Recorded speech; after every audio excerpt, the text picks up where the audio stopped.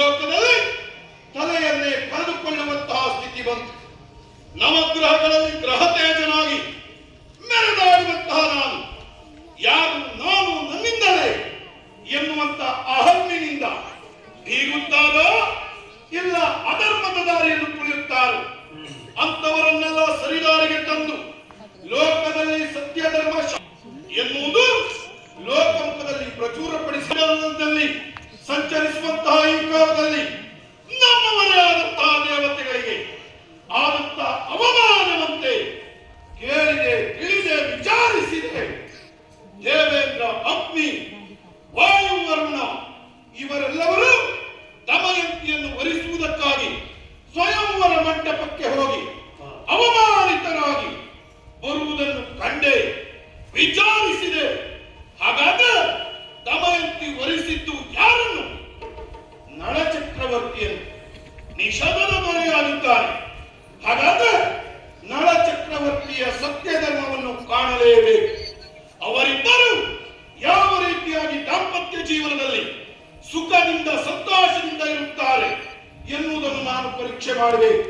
ನಮ್ಮವರೇ ಆದಂತಹ ದೇವತೆಗಳಿಗೆ ಆಡಿದ್ದೇನೆ ಪಂಥವನ್ನು, ಪುಟ್ಟ ಹುಡುಗಿಯಲ್ಲಿ ಏರಿಸ್ತೇನೆ. ಅಷ್ಟೇ ಅಲ್ಲ, ಕಷ್ಟದ ಸಂಕಾಲೆಯನ್ನು ತಂದೊಡ್ಡುವುದರ ತನ್ಮೂಲಕವಾಗಿ ನಳ ಚಕ್ರವರ್ತಿಯ ರಾಶಿ ಚಕ್ರವನ್ನು ಸೇರುತ್ತೇನೆ ಎನ್ನುವ ಹಾಗೆ ಹೇಳಿದೆ ಹೇಳಿದೆ ಹೇಳಿದೆ. ಕಾದೆ ಕಾದೆ ಕಾದೆ ಬಹಳಷ್ಟು ವರ್ಷಗಳ ಪರ್ಯಂತರವಾಗಿ ನಳ ಚಕ್ರವರ್ತಿಯ ರಾಶಿ ಚಕ್ರವನ್ನು ಸೇರುವುದಕ್ಕಾಗಿ ಸಮಯವನ್ನು ಕಾದೆ. ಸಂದರ್ಭ ಸಿಗಲಿಲ್ಲ. ಆದರೆ ಸಿಕ್ಕಿದ ಸಂದರ್ಭ ಯಾವುದು? ಅವನಿಂದ ತಪ್ಪಾಗಬೇಕು.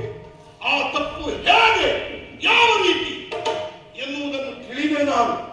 ಮೃಗಬೇಟೆಗೆ ಹೋದಂತ ನಳ ಚಕ್ರವರ್ತಿ ಅರಮನೆಯನ್ನು ಸೇರುವಂತಹ ಕಾಲದಲ್ಲಿ ಪಾದಕ್ಕೆ ನೀರನ್ನು ತಾಗಿಸಲಿಲ್ಲ. ಜೊತೆಯಲ್ಲಿ ಪಾದದ ಹಿಂಭಾಗಕ್ಕೆ ಜೂಜಾಡಿಸುವುದರ ತನ್ಮೂಲಕವಾಗಿ ರಾಜ್ಯ ಭ್ರಷ್ಟನನ್ನಾಗಿಸ್ತೇನೆ, ತಡೆ ಮಾಡುವುದಿಲ್ಲ, ನಡೀತೇನೆ.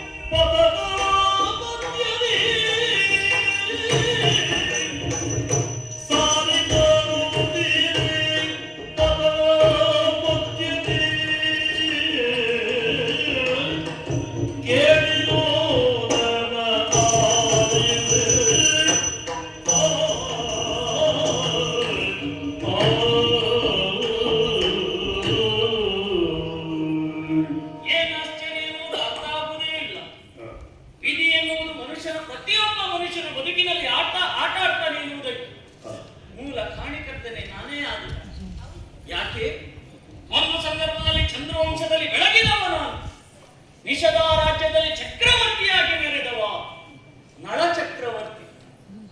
ಕೇಳಿದವರಿಗೆ ಕೊಡುವಂತ ಧಾನಿಯಾಗಿದ್ದವ ನಾನಿದ್ದೇನೆ. ಈ ಸಂದರ್ಭದಲ್ಲಿ ಉಡುವುದಕ್ಕೂ ಬಟ್ಟೆ ಇಲ್ಲದೆ ಹೆಂಡತಿಯ ಸೀರೆಯನ್ನೇ ಹೊರೆಯುವ ಮಾನವನ್ನ ಮುಚ್ಚಿಕೊಂಡವ ನಾನಿದ್ದೇನೆ. ನನ್ನ ಬದುಕಿನಲ್ಲಿ ಯಾವ ರೀತಿಯ ಕಷ್ಟವನ್ನು ಅನುಭವಿಸಿದ್ದೇನೆ ಎನ್ನುವ ಹಾಗೆ ತಿಳಿದುಕೊಂಡವ ನಾನಿದ್ದೇನೆ. ಯಾವುದೇ ಕಷ್ಟಕ್ಕೂ ಒಳಗಾಗಬೇಕವ ನಳ ಈ ಸಂದರ್ಭದಲ್ಲಿ ಎಲ್ಲವನ್ನ ಕಳೆದುಕೊಂಡು ಕಾಡಿನ ಮಧ್ಯದಲ್ಲಿ ನಿಂತಿದ್ದಾನೆ ಎನ್ನುವುದಾದರೆ ಇದಕ್ಕೆ ಕಾರಣ ವಿಧಿ. ವಿಧಿಯಲ್ಲದೆ ಮತ್ಯಾವುದನ್ನು ಕಾರಣವೇ ಇಲ್ಲ. ಬರೆದಂತ ವಿಧಿಗೆ ತಮ್ಮ ಹಣೆ ಬರವನ್ನು ಬದಲಾಯಿಸುವುದಕ್ಕೂ ಅವನಿಂದಲೂ ಆಗುವುದಿಲ್ಲ. ಅದನ್ನು ಅನುಭವಿಸಿ ತೀರಬೇಕು ಎನ್ನುವ ಹಾಗೆ ಹೇಳಿದ ರೀತಿಯಲ್ಲಿ ನಡೆದುಕೊಂಡು ಬಂದ. ಅದಲ್ಲದೆ ಹೋದ್ರೆ ಸಪ್ತ ವ್ಯಸನಗಳಲ್ಲಿ ಒಂದಾದದ್ದು ಜೂಜಿನ ಆಟ ಆಗಿದೆ. ಆದ್ರೆ ಏನು ಮಾಡುದು? ತಮ್ಮನಾದಂತಹ ಪುಷ್ಕರವನ್ನು ಕೇಳಿದಾಗ ಅಣ್ಣಾನಿನ ಜೊತೆಯಲ್ಲಿ ಜೂಜಾಡಬೇಕು ಎನ್ನುವ ಹಾಗೆ ಹೇಳಿದ. ಆಗ ಅವನಲ್ಲಿ ಹೇಳಿದೆ ಬೇಡ ಎನ್ನುವ ಹಾಗೆ. ಇಲ್ಲ ಅಣ್ಣ, ಇದನ್ನು ಆಡಲೇಬೇಕು ಎನ್ನುವ ಹಾಗೆ ಅವನನ್ನು ಒತ್ತಾಯಿಸಿದ ಕಾರಣಕ್ಕಾಗಿ ಅವನ ಜೊತೆಯಲ್ಲಿ ಜೂಜಾಡುವುದಕ್ಕೆ ಮುಂದಾದೆ.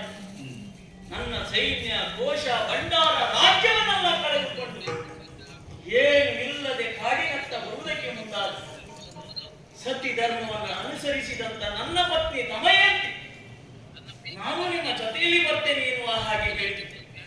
ಬೇಡ ಬರುವುದು ಎನ್ನುವ ಹಾಗೆ ಅವಳಲ್ಲಿ ಹೇಳಿದ್ರು ಕೂಡ ಇಲ್ಲ. ಪತಿ ಎಲ್ಲಿರ್ತಾನೋ ಸತಿ ಅಲ್ಲೇ ಇರಬೇಕಾದದ್ದು ಕರ್ತವ್ಯ ಎಂಬ ನೆಲೆಯಲ್ಲಿ ನನ್ನನ್ನು ಹಿಂಬಾಲಿಸಿಕೊಂಡು ಬಂದಳು. ನಾನು ಕಷ್ಟಪಡುವುದಲ್ಲದೆ ನನ್ನ ಹೆಂಡತಿಯು ಕೂಡ ಕಷ್ಟಪಡುವ ಹಾಗಾಯ್ತಲ್ಲ. ಇದನ್ನೆಲ್ಲ ಎನಿಸಿದಾಗ ಮನಸ್ಸಿಗೆ ಬಹಳ ನೋವಾಯಿತು. ಮುಂದೆ ಮುಂದೆ ಬಂದು ಆಯಾಸದ ಪರಿಮಾರ್ಜನೆಗಾಗಿ ವಿಶ್ರಾಂತಿಯ ಪಡಿಬೇಕೆನ್ನು ಕಡೆಯಲ್ಲಿ ಒಂದು ಸ್ಥಳದಲ್ಲಿ ಕುಳಿತುಕೊಂಡಾಗ ದಮಯಂತಿ ನನ್ನ ತೊಡೆಯ ಮೇಲೆ ಮಲಗಿ ನಿದ್ರಿಸುವುದಕ್ಕೆ ಮುಂದಾದ. ಗಾಢ ನಿದ್ದೆ ಎನ್ನುವುದು ಅವಳನ್ನು ಆವರಿಸಿ ಬರುವ ಮೊದಲೇ ಅವಳಿಗೆ ಹೇಳಿದೆ, ಅಯೋಧ್ಯೆ ನಿಷಧ ರಾಜ್ಯ ಹೋಗುವ ದಾರಿ ಯಾವುದು ಎನ್ನುವ ಹಾಗೆ ತೋರಿಸಿ ಬಂದಿದೆ. ಯಾಕೆ? ನನ್ನನ್ನು ಅಗಲಿರುವಂತಾದ ಅಲ್ಲಿಗಾದ್ರೂ ಹೋಗಬಹುದಲ್ಲ ಎಂಬ ಆಸೆಯಿಂದ ಅವಳಿಗೆ ತಿಳಿಯದ ಹಾಗೆ ಅವಳನ್ನು ಅಲ್ಲೇ ಬಿಟ್ಟು ಮುಂದುವರಿದು ಬಂದವ ನಾನಿದ್ದೇನೆ. ಈಗ ಅನಿಸ್ತವ ನನ್ನ ಹೆಂಡತಿ ನಿದ್ದೆಯಿಂದ ಎದ್ದಿದ್ದಾಳೆ.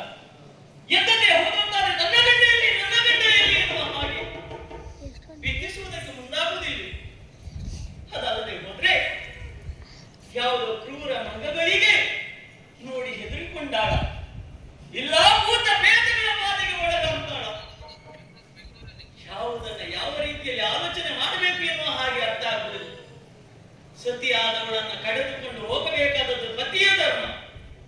ಆದ್ರೆ ನನ್ನ ಈ ಪರಿಸ್ಥಿತಿಯಲ್ಲಿ ಅವಳನ್ನು ಎಲ್ಲಿಗೆ ಕೊಂಡೋಗಿ ತನ್ನ ತವರು ಮನೆಯನ್ನು ಸೇರಿದರೆ ಸಂತೋಷದ ಜೀವನವನ್ನು ಅವಳು ಅನುಭವಿಸಬಹುದು ಎಂಬ ನೆಲೆಯಿಂದ ಅವಳನ್ನು ತೊರೆದು ಬಂದೆ. ವಿಧಿ ಯಾವ ರೀತಿಯಲ್ಲಿ ಆಟ ಆಡಿತಾನೋ ಅದೇ ರೀತಿಯಲ್ಲಿ ನಾವು ನಡೆಯಬೇಕಾದದ್ದು ನಮ್ಮ ಕರ್ತವ್ಯ. ಏನಾಗ್ತದೆ ನನ್ನ ಬದುಕಿನಲ್ಲಿ ಎನ್ನುವ ಹಾಗೆ ನೋಡ್ಲೇಬೇಕು.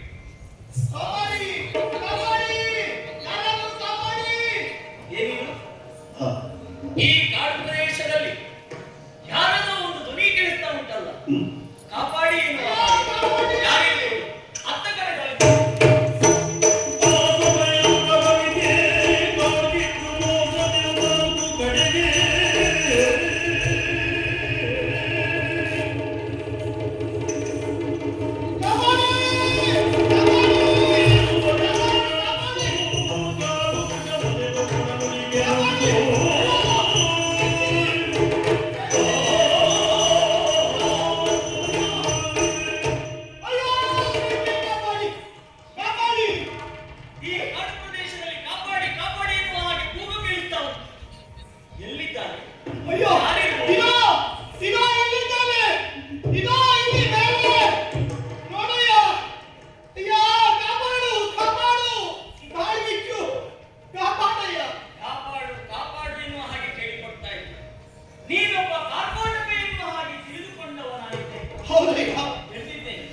ತುಂಬಿರುವ ಪ್ರಾಣಿ, ಹಲ್ಲಿರುವ ಪ್ರಾಣಿ, ವಿಷ ಇರುವ ಪ್ರಾಣಿಯನ್ನ ಅಥವಾ ಹಾವನ್ನ ಕಾಪಾಡಬಾರದು. ಯಾಕಂದ್ರೆ ಅವುಗಳಿಗೆ ಆಯುಧ ಬೇಕು, ಅದೇ ಎನ್ನುವ ಹಾಗೆ ತಿಳಿದುಕೊಂಡವನ. ಒಂದೊಮ್ಮೆ ನಿನ್ನನ್ನ ಕಾಪಾಡೋದಕ್ಕೆ ನಾನು ಮುಂದಾದೆ ಅಂತಾದ್ರೆ ನನಗೆ ನೀನು ತೊಂದರೆ ಕೊಡುವುದಿಲ್ಲ. ಇಲ್ಲ, ನಿನ್ನನ್ನ ನೋಡಿದರೆ ಸತ್ಯ ಧರ್ಮದ ಶೀಲನೆ ನೀನಿತ್ತ ನೋಡಯ್ಯನಿಗೆ ಎನ್ನದೆ ವ್ಯಕ್ತವಿ ಹರಿಯ ಮಾಯಲ್ಲಿ ನೋಡಲ್ಲಯ್ಯ.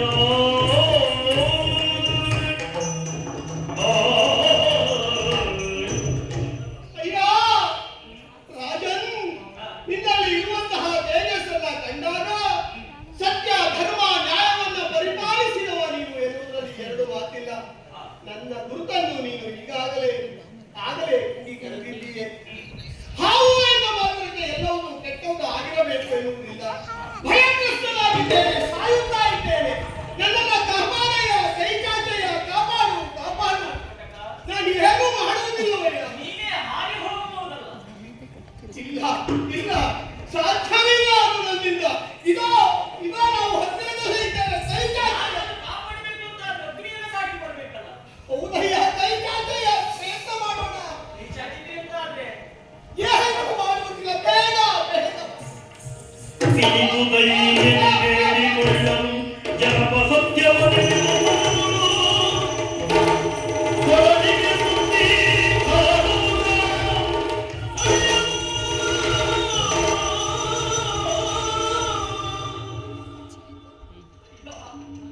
ಕರ್ನಾಟಕ ಎಂತ ಕಾರ್ಯವನ್ನ ಮಾಡಿ ಏನು ಮಾಡುವುದಿಲ್ಲ ಎನ್ನುವ ಹಾಗೆ ಹೇಳಿ ಅನ್ಯಾಯ ಮಾಡಿಬಿಟ್ಟೆ. ಯಾಕೆ ನಾನು ಈ ರೀತಿ ಕಚ್ಚುವುದಕ್ಕೆ ಮುಂದಾದೆ? ನಾನು ನಿನಗೆ ಏನು ದ್ರೋಹ ಮಾಡಿದೆ? ರಾಜನ್, ತಪ್ಪು ತಿಳಿಯಬೇಡ. ಹಾವು ಕಚ್ಚಿದೆ ಎಂದ ಕ್ಷಣ ಬದುಕಿನಲ್ಲಿ ಜನ ಸಾಯುತ್ತಾರೆ. ಆದರೆ ಇಂದು ನಾನು ಕಚ್ಚಿದ್ದು ನಿನ್ನ ಒಳಗೆ ಇರುವಂತಹ ಆ ಕೆಟ್ಟ ಶನಿ ಎನ್ನುವುದನ್ನು ತಿಳಿದುಕೋ. ಮತ್ತೆ ನಾನು ನಿನಗೆ ಬದುಕನ್ನು ಕೊಡುವುದಕ್ಕಾಗಿ ಕಚ್ಚಿದ್ದೇನೆ. ಇನ್ನು ಮುಂದೆ ನಿನ್ನ ಬದುಕಿನಲ್ಲಿ ಒಳ್ಳೆಯದಾಗ್ತದೆ. ಒಂದು ಕಾಲಕ್ಕೆ ನೀನು ನಾನು ಕಚ್ಚಿದ್ದನ್ನು ಒಳ್ಳೆಯದು ಎಂದರೆ ನೆನೆಸಿಕೊಳ್ಳುತ್ತೀಯ. ಶುಭವಾಗಲಿ. ನನ್ನನ್ನು ರಕ್ಷಿಸಿದ್ದಕ್ಕೆ ಶುಭ.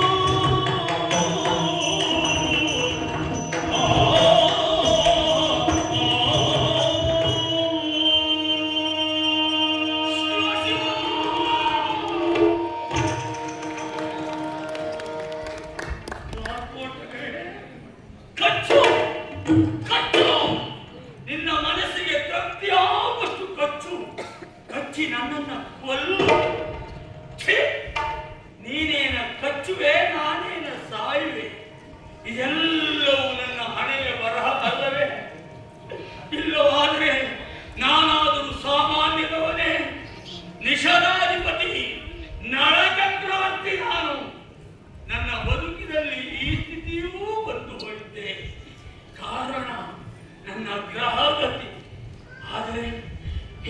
ಸಮಯದಲ್ಲಿ ನಾನು ಹೇಗಿದ್ದವ ಈಗ ಹೇಗಾಗಿ ಹೋದೆ. ಆನೆಗಳ ಹಿಂಡು ದಂಡೆತ್ತಿ ಬಂದು ನನ್ನ ಈ ಕಾಡಿನಲ್ಲಿ ನರಿನಾಯಿಗಳ ಬೊಬ್ಬಾಟ, ಹಕ್ಕಿ ಪಕ್ಷಿಗಳ ಕೂಗಾಟ, ಏನಿದು ಪ್ರಾಣಿ ಪಕ್ಷಿಗಳ ಕೂಗಾಟಕ್ಕೆ ನನ್ನ ಎದೆ ಚೆಲ್ಲದೆ ಬೇರೆ ಇಲ್ಲವಾದರೆ ನನಗೂ ದೂತವೇ, ಅದರಲ್ಲಿ ಬಂತವೇ, ಬಂತದಲ್ಲಿ ಆಡಿದ ಮಾತಿನ ಪ್ರಕಾರದಲ್ಲಿ ಆ ಕಾಡಿ ಪುಷ್ಕರನಿಗೆ ಸರ್ವಸ್ವವನ್ನು ಒಪ್ಪಿಸಿ ನನ್ನ ಮುದ್ದಿನ ಮಕ್ಕಳನ್ನ ಅಜ್ಜನ ಮನೆಗೆ ಕಳುಹಿಸಿ ಮಡದಿ ದಮಯಂತಿಯನ್ನ ಕಟ್ಟಿಕೊಂಡು ಏಕವಸ್ತ್ರಧಾರಿಯಾಗಿ ಈ ಕಾಡು ಪಾಲಾಗುವ ಪ್ರಸಂಗ ನನ್ನ ಬದುಕಿನಲ್ಲಿ. ಕಾಡಿನಲ್ಲಿ ನನ್ನ ಮಡದಿ ನಡೆದು ನಡೆದು ಕಾಲೊಡೆದು ರಕ್ತ ಸೋರುವುದನ್ನು ಕಂಡಾಗ, ನನ್ನ ಕೈಯನ್ನು ತೀರಿಸಿಕೊಳ್ಳಲು ಹೋದಾಗ ಉತ್ತಮ ಫಲವನ್ನ ಕಂಡು ನೀರನ್ನು ಕುಡಿದು ಮತ್ತೆ ಮೇಲೆ ಬಂದು ಸ್ನಾನಕ್ಕೆ ಉಟ್ಟ ಬಟ್ಟೆ ಬಿಡಿಸಿಟ್ಟು ಕೆಳಗಿಳಿದ ಸಂದರ್ಭದಲ್ಲಿ ಅಲ್ಲಿಯೂ ವಿಧಿ ಕಾಡಿಗೆ ಬಿಟ್ಟರಲ್ಲ. ಎಲ್ಲಿಂದಲೋ ರಣ ಹತ್ತೊಂದು ಬಂದು ಮೇಲೆ ಬಿಡಿಸಿದ್ದ ಬಟ್ಟೆಯನ್ನು ತಪ್ಪದೇ ಕಚ್ಚಿಕೊಂಡು ಹಾರಿಯೇ ಹೋಯಿತಲ್ಲ. ಮಾನ ಮುಚ್ಚಿಕೊಳ್ಳಲು ಬಟ್ಟೆಯೇ ಇಲ್ಲದ ಸಂದರ್ಭದಲ್ಲಿ ನನ್ನ ಮಡದಿ ದಮಯಂತಿ ತಾನುಂಟ ಸೀರೆಯನ್ನು ಅರ್ಥವನ್ನು ಹರಿದು ನನ್ನ ಮಾನ ಮುಚ್ಚಿಕೊಳ್ಳುವುದಕ್ಕೆ ಕೊಟ್ಲಲ್ಲ. ಎಂತ ಪರಿಸ್ಥಿತಿ ಅಂತ ಬದುಕಿದೆ. ಹಾಗೆಂದು ಬರುವಾಗ ನಡೆದು ಮತ್ತೆ ಆಯಾಸ ಪರಿಮಾರ್ಜನೆಗಾಗಿ ಮರದ ಅಡಿಯಲ್ಲಿ ತಂಗಿದು. ಆವಾಗ ನಾನು ಯೋಚಿಸಿದ್ದೇನು, ನನ್ನ ಜೊತೆಯಲ್ಲಿ ನನ್ನ ಮಡದಿ ಇದ್ದದ್ದೇ ಆದ್ರೆ ಮರ್ಯಾದೆಯಿಂದ ಬದುಕಕ್ಕೆ ಸಾಧ್ಯವೇ ಇಲ್ಲ ಎನ್ನುವುದನ್ನು ತಿಳಿದು ಆ ನಡುಗಾಡಿನಲ್ಲಿ ಘೋರ ಕಾಂತಾರದಲ್ಲಿ ನನ್ನ ಮಡದಿಯನ್ನ ಬಿಟ್ಟು ಬಂದ ನನ್ನ ಮಡದಿ ಎಲ್ಲಿದ್ಲೋ ಹೇಗಿದ್ಲೋ ಎನ್ನುವ ಒಂದೇ ಯೋಚನೆ ನನಗೆ. ಆದರೂ ಒಂದು ಮನಃಶಾಂತಿ ನನಗೆ. ದಾರಿಯ ಪರಿಚಯವನ್ನು ಹೇಳಿದ್ದೇನೆ. ಯಾವ ದಾರಿಯನ್ನು ಅನುಸರಿಸಿದರೂ ಸುಕ್ಷೇಮ ಕ್ಷೇಮದಿಂದ ಇದ್ದಾಳೆ ಎನ್ನುವ ಆತ್ಮತೆ ನನಗುಂಟು. ಹಾಗೆಂದು ನಾನೊಬ್ಬನೇ ಬರುವಾಗ ಕೂಗು ತಿರುಗಿ ನೋಡ್ತಾ ಇದ್ದೇನೆ. ಬಿದಿರು ನೆಲೆಯಲ್ಲಿ ದಗದಗನೆ ಉರಿಯುವ ಬೆಂಕಿಯ ಮಧ್ಯದಲ್ಲಿ ಒಂದು ಕಾರ್ಕೋಟಕ ನನ್ನನ್ನು ಕಂಡಾಡಿದಂತಹ ಮಾತಾಡು ಏನು, ಎಲೆ ಮಾನವ, ನಾನು ನನ್ನ ಪಾರು ಮಾಡು, ಪ್ರಾಣೋತ್ಕ್ರಮಣ ಕಾಲದಿಂದ ನನ್ನನ್ನು ಪರಿಹರಿಸು, ಪಾರು ಮಾಡು ಎನ್ನುವ ಹಾಗೆ ಆಡಿದ ಮಾತು. ಮಾನವನಾಗಿ ಹುಟ್ಟಿದಂತ ನಾನು ಯಾವ ಜೀವ ಚಿತ್ತುಗಳಿಗೆ ಆಗಲಿ ಉಪಕಾರ ಮಾಡುವೆ, ಇನ್ನೇನು ಮಾಡಲಿ ಎನ್ನುವುದನ್ನು ತಿಳಿದು ಇವಾಗ ನನ್ನ ಕೈಗಳನ್ನು ಚಾಚಿದೆ ನಿನ್ನ ಪ್ರಾಣ ಉಳಿಸಿಕೊಳ್ಳಬೇಕಾಗಿ ಹಾಕು ಎಂದಾಗ ಆ ಬೆಂಕಿಯ ಮಧ್ಯದಿಂದ ಕಾರ್ಕೋಟಕ ಚಂಗನೆ ತನ್ನ ಬಾಣದಿಂದ ಕರಗಳೆರಡನ್ನ ಒತ್ತಿ ಕುತ್ತಿಗೆಯನ್ನು ಒತ್ತಿ ನೆತ್ತಿಗೆ ಕಚ್ಚಿಯೇ ಆ ಕಾರ್ಕೋಟಕ ಕಚ್ಚಿದ ದೆಸೆಯಿಂದ ಒಮ್ಮೆಲೆ ನನ್ನ ದೇಹ ಕಪ್ಪಾಗಿ ಹೋಯಿತು. ಸೊಟ್ಟ ಕೈಯಾಯಿತು, ತೋಲು ಬೆನ್ನಾಯಿತು, ತೊಯ್ಲು ಹೊಟ್ಟೆ ಆಯಿತು. ನನ್ನ ಮುಖಮುದ್ರೆ ಹೇಗಿದೆಯೋ ನನಗರಿಗೆ ಅದರಲ್ಲಿ ಪ್ರಶ್ನೆ ಮಾಡಿದೆ. ಎಡ ಕಾರ್ಕೋಟಕವೇ, ಆಡಿದ ಮಾತೆಯಲ್ಲಿ ಹೋಯ್ತು. ಮನುಜ ಭಾಷೆಯಲ್ಲಿ ಆಡಿದ ಮಾತಲ್ಲವೇ ನೀನು? ನಿನ್ನ ಉಪಕಾರ ಮಾಡುವೆ, ನನಗೆ ಉಪಕಾರ ಮಾಡು ಎಂದ ಮಾತೆಲ್ಲ ಹೋಯ್ತು ಎಂದು ಕೇಳಿದಾಗ, ಮಾನವ, ನಿನಗೆ ನಾನು ಕೈಗೆದ್ದು ಅಪಕಾರ ಅಲ್ಲ, ನಿನಗೀಗ ಶರಿಯ ಪೀಡೆ ಮಾಡಿದ್ದು ಉಪಕಾರವೇ ಎಂದಂತ ಮಾತು. ಆವಾಗ ಯೋಚಿಸಿದೆ, ವಿಷಭರಿತ ಜಂತು ಕಾರ್ಕೋಟಕದ ಬಾಯಿಂದ ಬರುವ ಒಂದು ತೊಟ್ಟು ವಿಷ ಶಿಲೆಯ ಮೇಲೆ ಬಿದ್ದಾದರೂ ಶಿಲೆಯೇ ಸಿಡಿದು ಚೂರಾಗ್ತದಂತೆ. ಈ ಮಾನವ ಬದುಕಿದೆ ಅಂತ ಆದ್ರೆ ಅದು ನನಗೆ ಗೈದದ್ದು ಉಪಕಾರವೇ. ನನಗೀಗ ಶರೀರ ಪೀಡೆ, ನನ್ನಲ್ಲಿ ನಾನು ಖಂಡಿತವಾಗಿ ಮರ್ಯಾದೆಯಿಂದ ಬದುಕುವುದಕ್ಕಾಗಿ ಅದು ಮಾಡಿದಂತ ಉಪಕಾರ. ಹಾಗೆಂತ ನಾನು ಅಪರಿ ಸಹಿಸಲಾರದೆ ತಿರುಗಿ ಬಿದ್ದೆ. ಹೇಳುವ ಸ್ಥಿತಿಯಲ್ಲಿಲ್ಲ, ಹಸಿರು ತಾಳ್ಲಿಕ್ಕಾಗುತ್ತಿಲ್ಲ. ಇನ್ನೇನು ಮಾಡಲಿ, ಏನು ಸರಿ ಕಾಣುವ ನಾಡನ್ನು ಸೇರಿ ಈ ಜನತೆಯ ಮುಂದೆ ನನ್ನ ಕೈ ಚಾಚಿದ್ದೆ. ಆದರೆ ನನ್ನ ಹೊಟ್ಟೆ ಒಂದು ದಾರಿ ಆಗಿದ್ದಲ್ಲವೇ, ಬೇಡುವುದೊಂದೇ ಭವತಿ ಭಿಕ್ಷಾ.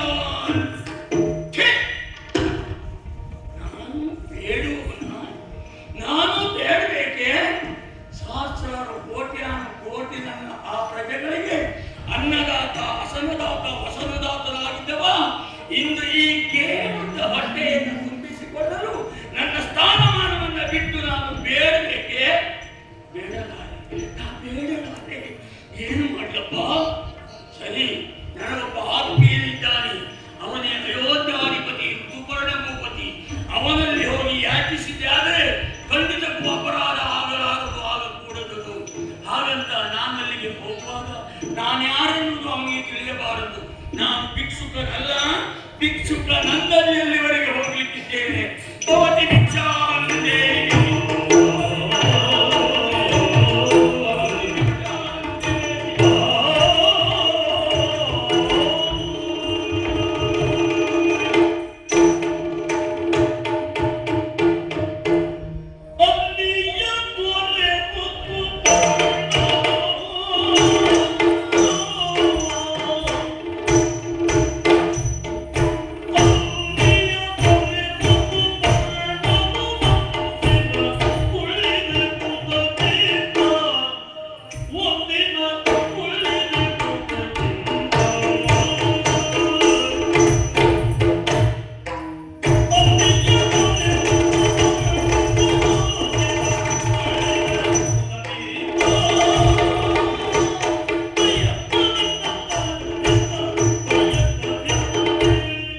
ಜಯನ್ನೋ ಜಗದ್ರಕ್ಷಕ ನೀನೇ ರಕ್ಷಿಸು.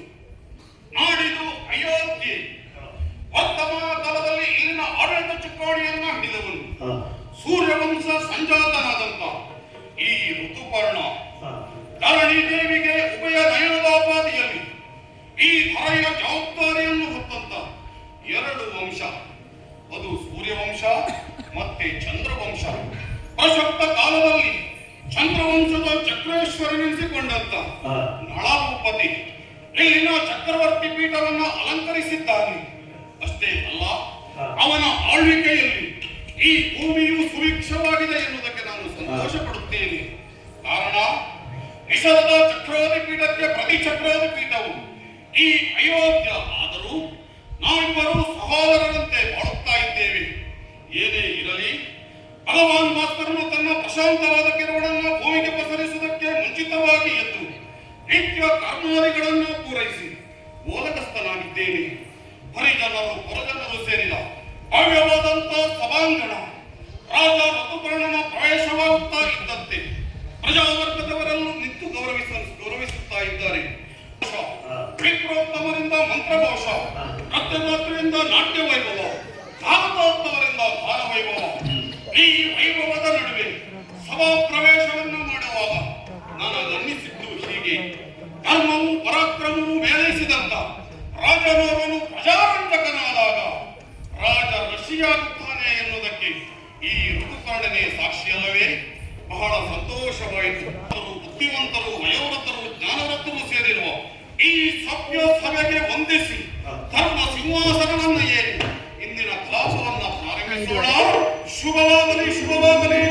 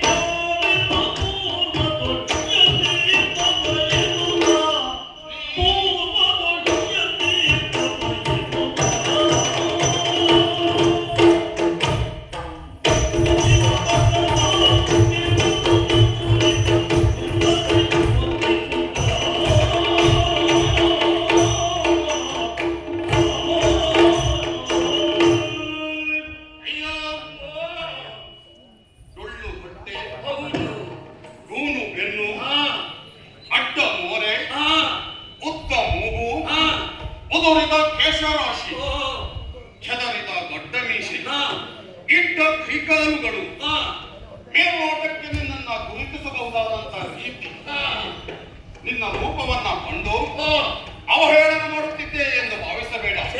ನನ್ನ ಪರಿಸ್ಥಿತಿ ಆಗುಂಟು. ನಾಡಿದು ಅಯೋಧ್ಯೆ, ಸಿಂಹ ವಿಸ್ತಾರದಲ್ಲಿ ಕುಳಿತಿರುವುದು ಹಾ. ರಾಜ ಋತುಪರ್ಣ. ಓ. ಋತುಪರ್ಣ ಎಂದರೆ ಹಾ. ವರ್ಷದ ಎಲ್ಲಾ ಋತುವಲ್ಲೂ ಹಾ. ಹಸಿರಾಗಿರುವ ಎಲೆ ಎಂಬ ಅರ್ಥ. ಓಹೋ. ಸುಭಿಕ್ಷವಾದಂತ ಈ ಅಯೋಧ್ಯೆಯಲ್ಲಿ ಹಾ. ಒಬ್ಬ ಭಿಕ್ಷುಕನು ಕೂಡ ಇರುವುದಕ್ಕೆ ಸಾಧ್ಯವಿಲ್ಲ. ಹಾ. ಹೀಗಿರುವಾಗ ಹಾ. ನೀನು ನಮ್ಮ ದೇಶದವನಲ್ಲ ಎನ್ನುವುದು ಸುಸ್ಪಷ್ಟ. ಓ. ಹಾಗಾದರೆ ಹಾ. ಯಾವುದೋ ದೇಶದಿಂದ ಹಾ. ಇನ್ನೊಂದು ದೇಶಕ್ಕೆ ಕ್ರಮಿಸುವಾಗ ಹಾ. ಮಾರ್ಗವಾಗಿ ಅಯೋಧ್ಯ ಮೇಲೆ ಬಂದೆಯೋ ಓ. ಅಥವಾ ಹಾ. ಈ ಋತುಪರ್ಣನ್ನು ನೋಡಲು ಸುಖವೇ ಇಲ್ಲಿಗೆ ಬಂದೆಯೋ? ಓ. ಬಂದಿದ್ದಾದರೆ ಯಾಕೆ? ಹಾ. ಇದಕ್ಕೂ ಮುಂಚೆ ನೀನು ಎಲ್ಲಿದ್ದವನು? ಹಾ. ನಿನಗೇನಾದರೂ ಹಾ.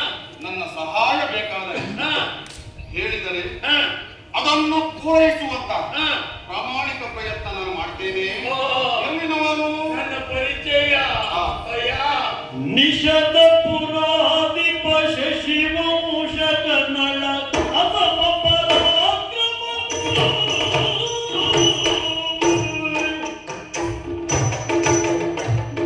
ನಿಷದ ಪುರಾಧಿಪ ಶಶಿವಂಶಕ ನಳ ಅಸಮ ಪರಾಕ್ರಮ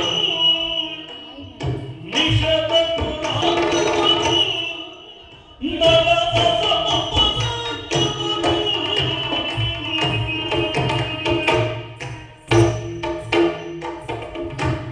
ಕುಶತುಡು ಆತನ ಸಾವಿರ ಕೋರಿ ಕುಶಲದೋಣ ಸಾವಿರ ಕೋರಿ ಅಧಿಕಾರಿಯು ನಾನು ಹೌದಯ್ಯ. ಕುಶಲದೋಣ ಸಾವಿರ ಕೋರಿ ಅಧಿಕಾರಿಯು ನಾನು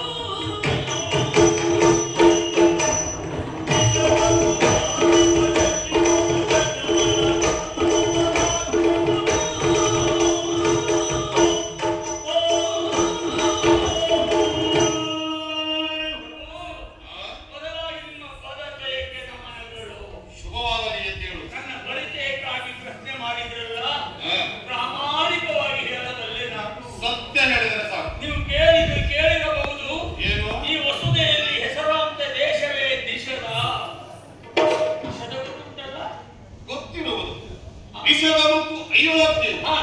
ಒಂದು ನಾಣ್ಯದ ಎರಡು ಮುಖವಲ್ಲವೇನು? ಆ, ಸರಿ, ಮುಂದೆ. ಆ ನಿಷದ ಅಧಿಕಾರಿ ನಳ ಚಕ್ರವರ್ತಿ ನಾನು. ಹದಗೆಟ್ಟ ಮಾತು ಹಲ್ಲು ಕಳಚೀತು ಎಚ್ಚರ. ಓ. ಏನು ನಳನ ಪರಿಚಯ ಎಲ್ಲವನ್ನೂ ಅಂತ ಭಾವಿಸಿದ್ದೀಯ? ಓ. ಹಾ? ಆ, ಯಾಕೆ ನೀವು ಸಿಟ್ಟಾಗುವುದು? ಎಲ್ಲಿ ಪೂರ್ಣ ವಿರಾಮ ಎಲ್ಲಿ ಅಲ್ಪ ವಿರಾಮ ಎಂಬ ನೋಡಿ ಸ್ವಾಮಿ, ಹಾ. ವಿಷಯ ಮುಂದೆ ಉಂಟು. ಹಾ.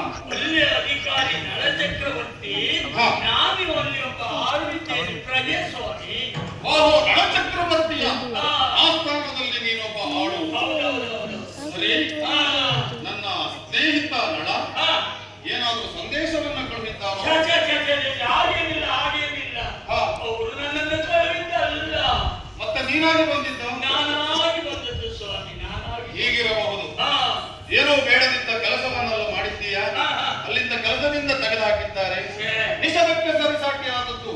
ಅಯೋಧ್ಯ ಇಲ್ಲೇನಾದ್ರು ಕೆಲಸ ಮಾಡೋಣ ಅಂತ ಬಂದ್ಯಾ ಹೇಗೆ? ಪ್ರಭು, ನನ್ನ ಅರಸರು ಯಾವನೇ ಒಬ್ಬ ಪ್ರಜೆ ತಪ್ಪು ಮಾಡಿದರೂ ಕೂಡ ಅದನ್ನ ತಿದ್ದಿ ಸರಿ ಮಾಡುವನೇ ವಿನಾ ಅವರನ್ನ ರಾಜ್ಯಭ್ರಷ್ಟರಾಗಿ ಹೊರಹಾಕುವ ಗುಣ ಅವರದ್ದಲ್ಲ ಸ್ವಾಮಿ. ಆ ನಿಟ್ಟಿನಲ್ಲಿ ಬಂದವನು ನೀನಲ್ಲ. ಅಲ್ಲ, ಹಾಗಾದರೆ ಹಾ. ಇಲ್ಲಿಗೆ ಬರುವವರ ಕಾರಣ?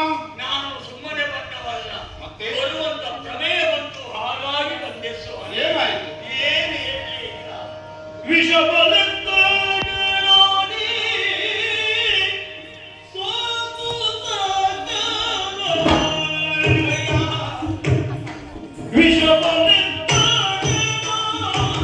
ವಿಷಬಲೆತ್ತಾಡಿ ಸೋತು ಸಕಲವು ಪುಷ್ಕರದಿಗೆ ಒಪ್ಪಿಸುತ್ತ ಅವರು ಎಸೆವ ಕೌವಿ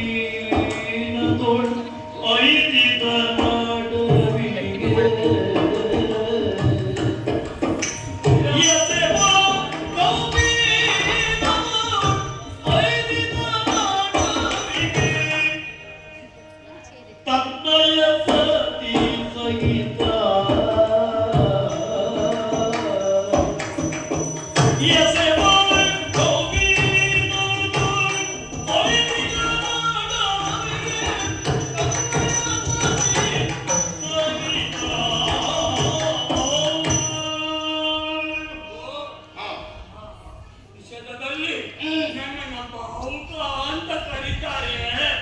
ಹೌದು, ನಾನು ಇಲ್ಲಿಗೆ ಬರುವುದಕ್ಕೆ ಕಾರಣ ಇದ್ದಕ್ಕಿದ್ದ ಹಾಗೆ ನನ್ನ ಹೆಸರಿಗೆ ಒಮ್ಮೆ ಜೂಜಾಡುವ ಮನಸ್ಸಾಯಿತು ಸ್ವಾಮಿ. ಜೂಜಾಡುವುದು ಅರಸರಿಗೆ ಅದು ಸಾಮಾನ್ಯವಾದದ್ದಲ್ಲವೇನು? ಅವರು ಯಾವಾಗಲೂ ಆಡ್ತಾರೆ. ಅರಸು ಮಕ್ಕಳಿಗೆ ಹೊಸದಲ್ಲ. ಹಾಗಂತ ಆಡಿದ್ದು ಬೇರೆಯವರ ಜೊತೆಯಲ್ಲಿ ಅಲ್ಲ, ತಮ್ಮವನಿಯಾದ ಪುಷ್ಕರನ ಜೊತೆಯಲ್ಲಿ, ತನ್ನ ಸಹೋದರ ಸಂಬಂಧಿಯಾದಂತಹ ಪುಷ್ಕರನ ಜೊತೆಯಲ್ಲಿ ಹೌದೌದು ಸರಸಕ್ಕಾಗಿ ಜೂತವನ್ನ ಆಡಿದ್ದು. ಹೌದು. ಏನಾಯಿತು? ಆರಂಭದಲ್ಲಿ ಸರಸ, ಮತ್ತೆ ಅದು ವಿರಸವಾಗಿ ಒಂದು ಜಗಳ ಮಾಡಿಕೊಂಡದ್ದಲ್ಲ, ಮತ್ತೆ ಅವರೊಳಗೆ ಬಂದ ಮಾಡಿಕೊಂಡು ಸ್ವಾಮಿ. ಬಂತ ಏನದು? ಈ ಆಟದ ಜೂಜಾಟದಲ್ಲಿ ಯಾರು ಸೋಲುವರೋ ಸೋತವರು ಗೆದ್ದವರಿಗೆ ಸರ್ವಸ್ವವನ್ನೂ ಒಪ್ಪಿಸಬೇಕು ಎನ್ನುವ ಹಾಗೆ ಪಗಡೆಯಾಟ ಎನ್ನುವುದು ಜೂಜಾಟವಾಗಿ ಮಾರ್ಪಟ್ಟಿತು. ಹೌದು. ಸರಿ, ಅಲ್ಲಿಗೆ ಮತ್ತೆ ಆಟ ಮುಂದುವರಿಯಿತು ಸ್ವಾಮಿ. ಜೂಜಾಟದಲ್ಲಿ ನನ್ನ ರಸ ಸೋತು ಸ್ವಾಮಿ. ಕೈ ಸೋತು. ನಳಚಕ್ರವರ್ತಿ ಕೈ ಸೋತನೆ. ಹೌದು. ಮುಂದೆ ಆಮೇಲೆ ಆಡಿದ ಮಾತಿನ ಪ್ರಕಾರ ಎಲ್ಲವನ್ನು ಕೊಡಬೇಕು ತಾನೆ. ಸರ್ವಸ್ವವನ್ನು ಕೊಟ್ಟಿರುತ್ತಾನೆ. ಸರ್ವಸ್ವವನ್ನು ಪುಷ್ಕಳನಿಗೆ ನೀಡಿದ. ನೀಡಿದ್ರು. ಅವರು ದತ್ತ ಏನೂ ಇಲ್ಲ, ಏನೂ ಇಲ್ಲ. ಮುಂದೆ ಏನಾಯಿತು ಬಹುಕ? ಹಾಗಂತ ಅಲ್ಲಿ ಅವರ ಅಡಿಯಾಳಾಗಿರುವುದಕ್ಕೆ ಸಾಧ್ಯವೇ ಹಾ.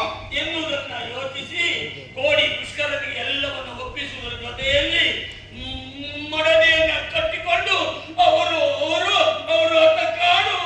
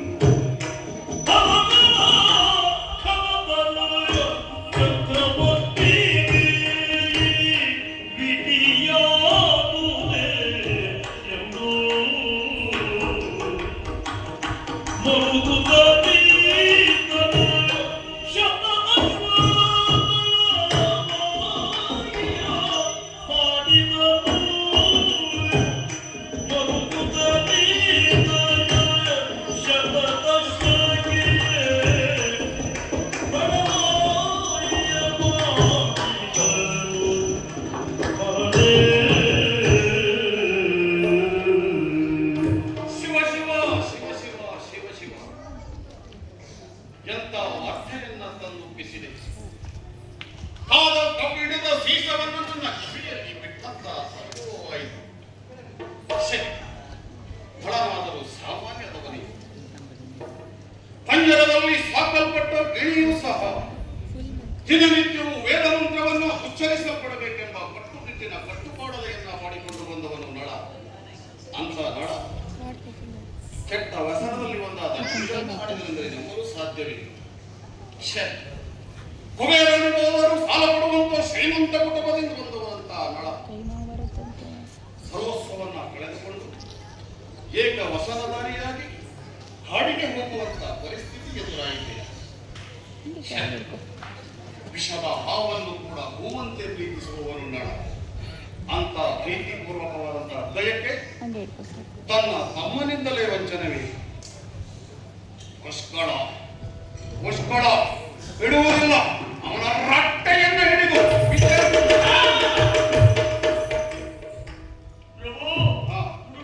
ಹುಡುಕಬೇಡಿ. ಯಾಕೆ ನೀವು ಅಲ್ಲಿವರೆಗೆ ಹೋಗಕೂಡದು, ಪುಷ್ಕರನನ್ನು ನೀವು ಎದುರಾಯಿಸಕೂಡದು. ಯಾಕೆ ನನ್ನ ರಸ ನಾಡು ಬಿಟ್ಟು ಹೋಗುವಾಗ ಆಡಿದಂತ ಮಾತು, ನನಗೆ ಕೊಟ್ಟ ಪ್ರೋತ್ಸಾಹವನ್ನು ಪುಷ್ಕರನಿಗೂ ಕೊಡಬೇಕು ಎನ್ನುವ ಹಾಗೆ, ಯಾರೂ ಇದಿರಾಗಿ ನಿಲ್ಬಾರ್ದು ಎನ್ನುವಂತ ಮಾತು, ಅವರ ಮಾತಿಗೆ ನಾವು ಬೆಲೆ ಕೊಡ್ಬೇಕಲ್ಲ ಸ್ವಾಮಿ. ಎಂದರೆ ಹಾಗೆ. ಧರ್ಮವು ಪರಾಕ್ರಮವು ಮೇಳೈಸಿದಂತ ಒಬ್ಬ ಚಕ್ರವರ್ತಿ. ಸರಿ, ಈ ಹೊತ್ತಿನಲ್ಲಿ ಸ್ವಾಭಿಮಾನದಂತ ನಳ ಸತ್ಯಕ್ಕೆ ಕಾಲಚಕ್ರವು ಅವನಂತ ಹೋಗುವವರೆಗೆ ಸ್ವಾಭಿಮಾನದ ಬದುಕನ್ನ ಬದುಕಬೇಕೆಂದವನು ಇಷ್ಟದ ಸಿಂಹಾಸನ ಹೋದರೇನಾಯಿತು? ಈ ಅಯೋಧ್ಯೆಗೆ ಬಂದಿದ್ದರೆ ನನ್ನ ಸಿಂಹಾಸನವನ್ನೇ ಅವನಿಗೆ ದಾರಿ ಎನ್ನುತ್ತಿದ್ದೆ. ಆದರೆ ಏನು ಮಾಡೋಣ, ಸ್ವಾಭಿಮಾನಿಯಾದಂತ ನಳನಿಗೆ ಇಲ್ಲಿ ಬರುವುದಕ್ಕೆ ಸಾಧ್ಯವಾಗಲಿಲ್ಲ ಅನಿಸುತ್ತದೆ. ಇರಲಿ,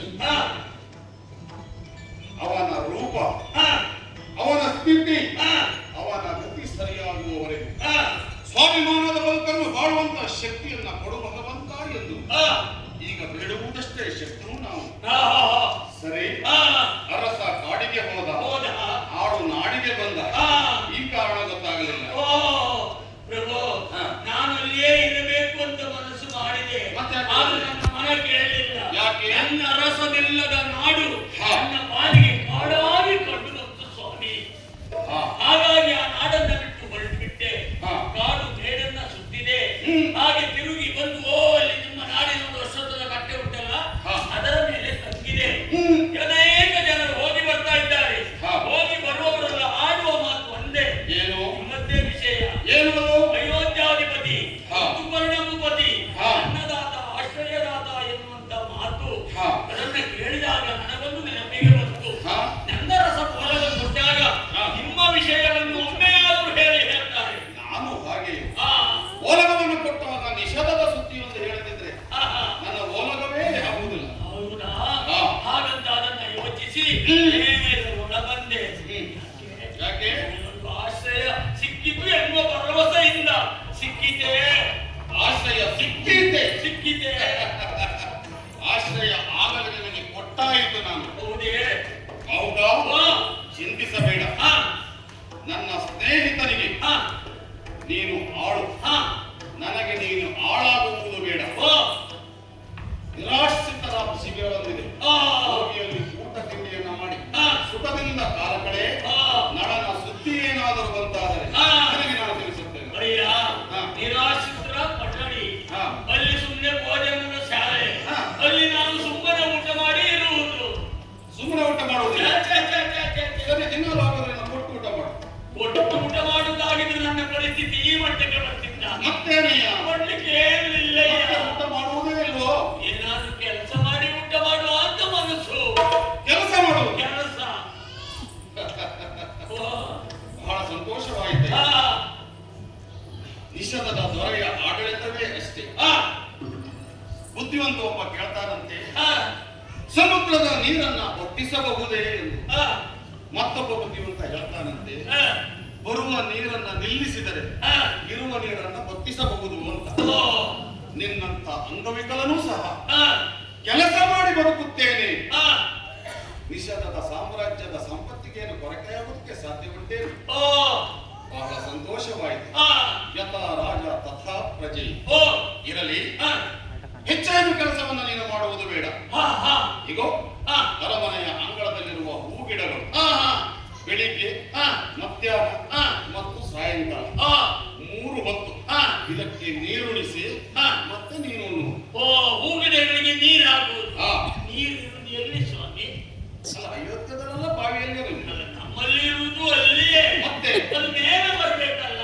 ಒಂದು ಸಂಕಲ್ಪ ಮಾಡು, ಮೇಲೆ ಬರಬಹುದು. ನನ್ನ ಮಂತ್ರದಿಂದ ಮೇಲೆ ತೆಗಿಲಿಕ್ಕೆ ನೋಡುವ ಪ್ರಯತ್ನ ಮಾಡು. ಅಂದ್ರೆ ಅದು ಮೇಲೆ ಎತ್ತಬೇಕಲ್ಲ.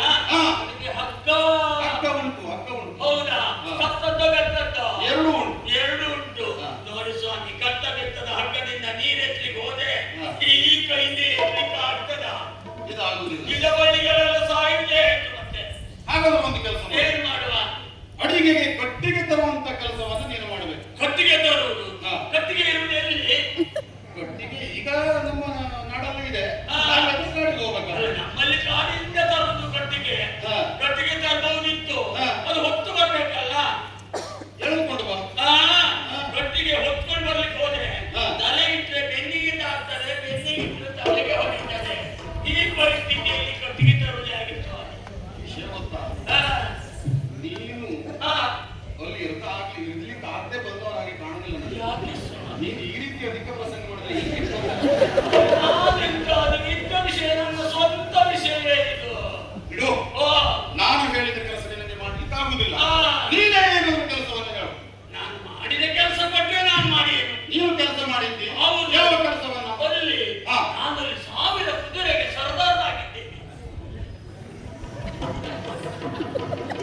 ಸಾಕಿತ್ತಲ್ಲ ಹಾ, ಸರದಾರ ಹೌದು.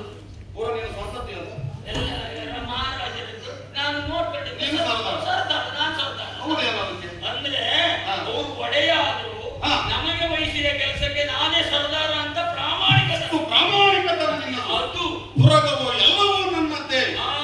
ಸರಿ, ಹಾ. ನಿಷಧದಷ್ಟು ದೊಡ್ಡ ಸೇನೆ ನಮ್ಮದಲ್ಲ. ಓ. ಒಂದು ವೇಳೆ 1000 ಕುದುರೆ ಇಲ್ಲದಿದ್ದರೂ ಹಾ, ಹಾ, ನಿನ್ನ ನಂಬಿ ಹಾ. 1000 ಕುದುರೆಗೆ ನನಗೆ ಸರದಾರ ಮಾಡೋಕ್ಕಾಗೋದಿಲ್ಲ. ಮತ್ತೆ ನಮ್ಮಲ್ಲಿ ಎಲ್ಲಾ ಸೇನೆಯಲ್ಲಿ ಒಂದು ದಳ ಅಂತ ಒಂದು, ಓ. ಅಶ್ವದಳ ಅಂತ ಒಂದು, ಹಾ, ಹಾ, ಹಾ. ಒಂದು ಸಾಲಿನಲ್ಲಿ ನಿಲ್ಲುವಂತಹ 100 ಕುದುರೆ. ಹಾ, ಆ 100 ಕುದುರೆಯ ದಳಕ್ಕೆ ಹಾ. ನೀನು ನನ್ನ ಮುಖ್ಯಸ್ಥನಾಗಿ ಮಾಡ್ತೇನೆ. ದಳವಾಯಿ. ಹಾ ಕುದುರೆ ಕಡಿಮೆ ಆದ್ರೂ ಹುದ್ದೆಗಳು ಆಯ್ತಲ್ಲ. ಹಾ. ಹಾ, ಹಾ, ಹಾ. ಆದ್ರಿಂದ ಹಾ. ಅಲ್ಲಿ ಸುಖದಿಂದ ಇರು. ಅಡ್ಡಿಲ್ಲ. ಏನಾದ್ರೂ ವಿಶೇಷ ಇದ್ರೆ ಹೇಳಿ ಕಳಿಸ್ತೇನೆ. ಊಟ ಊಟ ಒಳಗಡೆ ಎಲ್ಲಿ ಎಲ್ಲಿ ಅಮ್ಮನ ಅರಮನೆಯಲ್ಲೇ ಊಟ. ನಿಮ್ ಜೊತೆಗೆಲ್ಲ ಊಟ ಮಾಡೋದಿಲ್ಲ ನಾನು. ನಿಮ್ ಜೊತೆಗೆಲ್ಲ ಊಟ ಮಾಡೋದ? ಸರಿ, ಊಟ ಮಾಡುವುದೇ ಬೇಡ ಬಿಡುವಾಗ. ಅಯ್ಯೋ, ಊಟ ಬೇಕು, ಊಟ ಎಲ್ಲಿ? ನೋಡಿ ಸ್ವಾಮಿ, ಊಟ ಇಲ್ಲದಿದ್ರೆ ನಮ್ದು ಆಟವೇ ಇಲ್ಲ. ಆಟ ಬೇಕಾದ್ರೆ ಊಟ ಬೇಕು. ಊಟ ಬೇಕು. ಹಾ. ನನಗೆ ಊಟ ಮಾಡ್ಬೇಕು ಅಂತಾದ್ರೆ ಹಾ. ನಾನು ಎಲ್ಲಿ ಇರ್ತೇನೋ ಅಲ್ಲೇ ನಮ್ದು ಬಿಡಾರ ಆಗ್ಬೇಕು. ಹಾ. ಅಲ್ಲಿ ಪಡಿಯಕ್ಕೆ ಸಾಮಾನೆಲ್ಲ ಅಲ್ಲಿಗೆ ಬರ್ಬೇಕು. ಅದು ನೀನು ಆಟ ಅಂತ ಹೇಳದಿಲ್ಲ, ಆಗ್ಲೇ ನಾನು ಎನಿಸಿದೆ. ನಿನಗೆ ಬಿಡಾರವೇ ಬೇಕು, ಹೊಡೆಯಕ್ಕೆ ಬೇಕು ಅಂತ.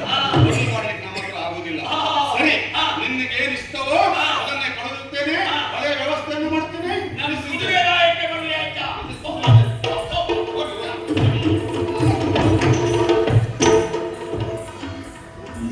ಸಭೆಯಲ್ಲಿ ಒಂದು ತರವಾದಂತಹ ಗೊಂದಲ. ಯಾಕೆ? ಪೀಠಾಧ್ಯಕ್ಷರಾಗಿ ಪೀಠದ ಮೇಲೆ ಕುಳಿತ ಅರಸನೊಬ್ಬ ಯಾವುದೇ ಕಾರಣವಿಲ್ಲದೆ ಎದ್ದು ನಿಂತಂತಾದರೆ ಅದೊಂದು ರಾಜಾರಿಷ್ಟ ಅಂತ ಯಾರು ಚಿಂತಿಸುವ ಅಗತ್ಯ ಇಲ್ಲ.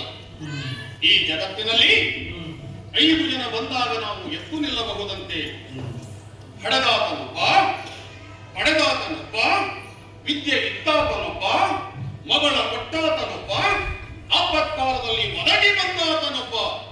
ಇವರೆಷ್ಟು ಜನ ಬಂದಾಗ ಪೀಠದಿಂದ ಎದ್ದು ನಿಂತರೆ ಅದು ಪೀಠಕ್ಕೆ ಅವಮರ್ಯಾದೆಯಲ್ಲ. ಈ 5ರಿಂದ ಹೊರತುಪಡಿಸಿದರೆ ಇನ್ನು ಆಕಸ್ಮಿಕ ಇವನ ರೂಪವನ್ನ ಕೊಂಡು ಆಶ್ಚರ್ಯಗೊಂಡು ನಾನು ಎದ್ದು ನಿಂತರೆ ಹೊರತು ಯಾವುದೇ ರಾಜಾರಿಷ್ಟವಲ್ಲ. ಯಾರು ಚಿಂತಿಸಬೇಡಿ. ಸಭೆಯನ್ನ ವಿರ್ಜಿಸೋಣ. ಶುಭವಾಗಲಿ, ಶುಭವಾಗಲಿ.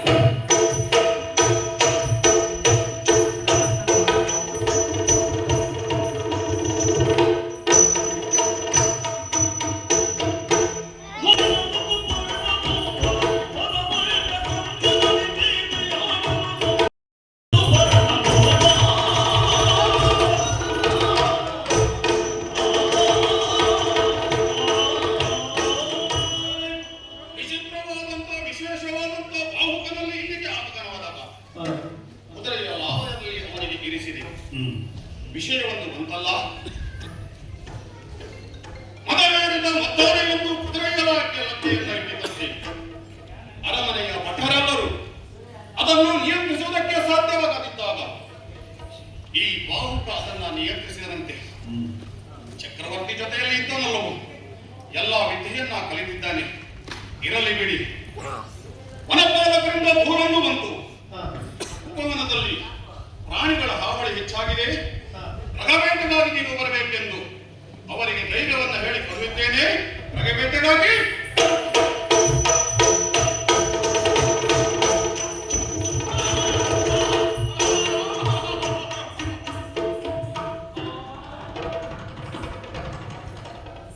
ಪಿಶಾಚಿದ್ರೆ ಗೋಂದೆಯ ಗವಾಕ್ಷ ಅಂತ ಹೇಳ್ತೀನಿ.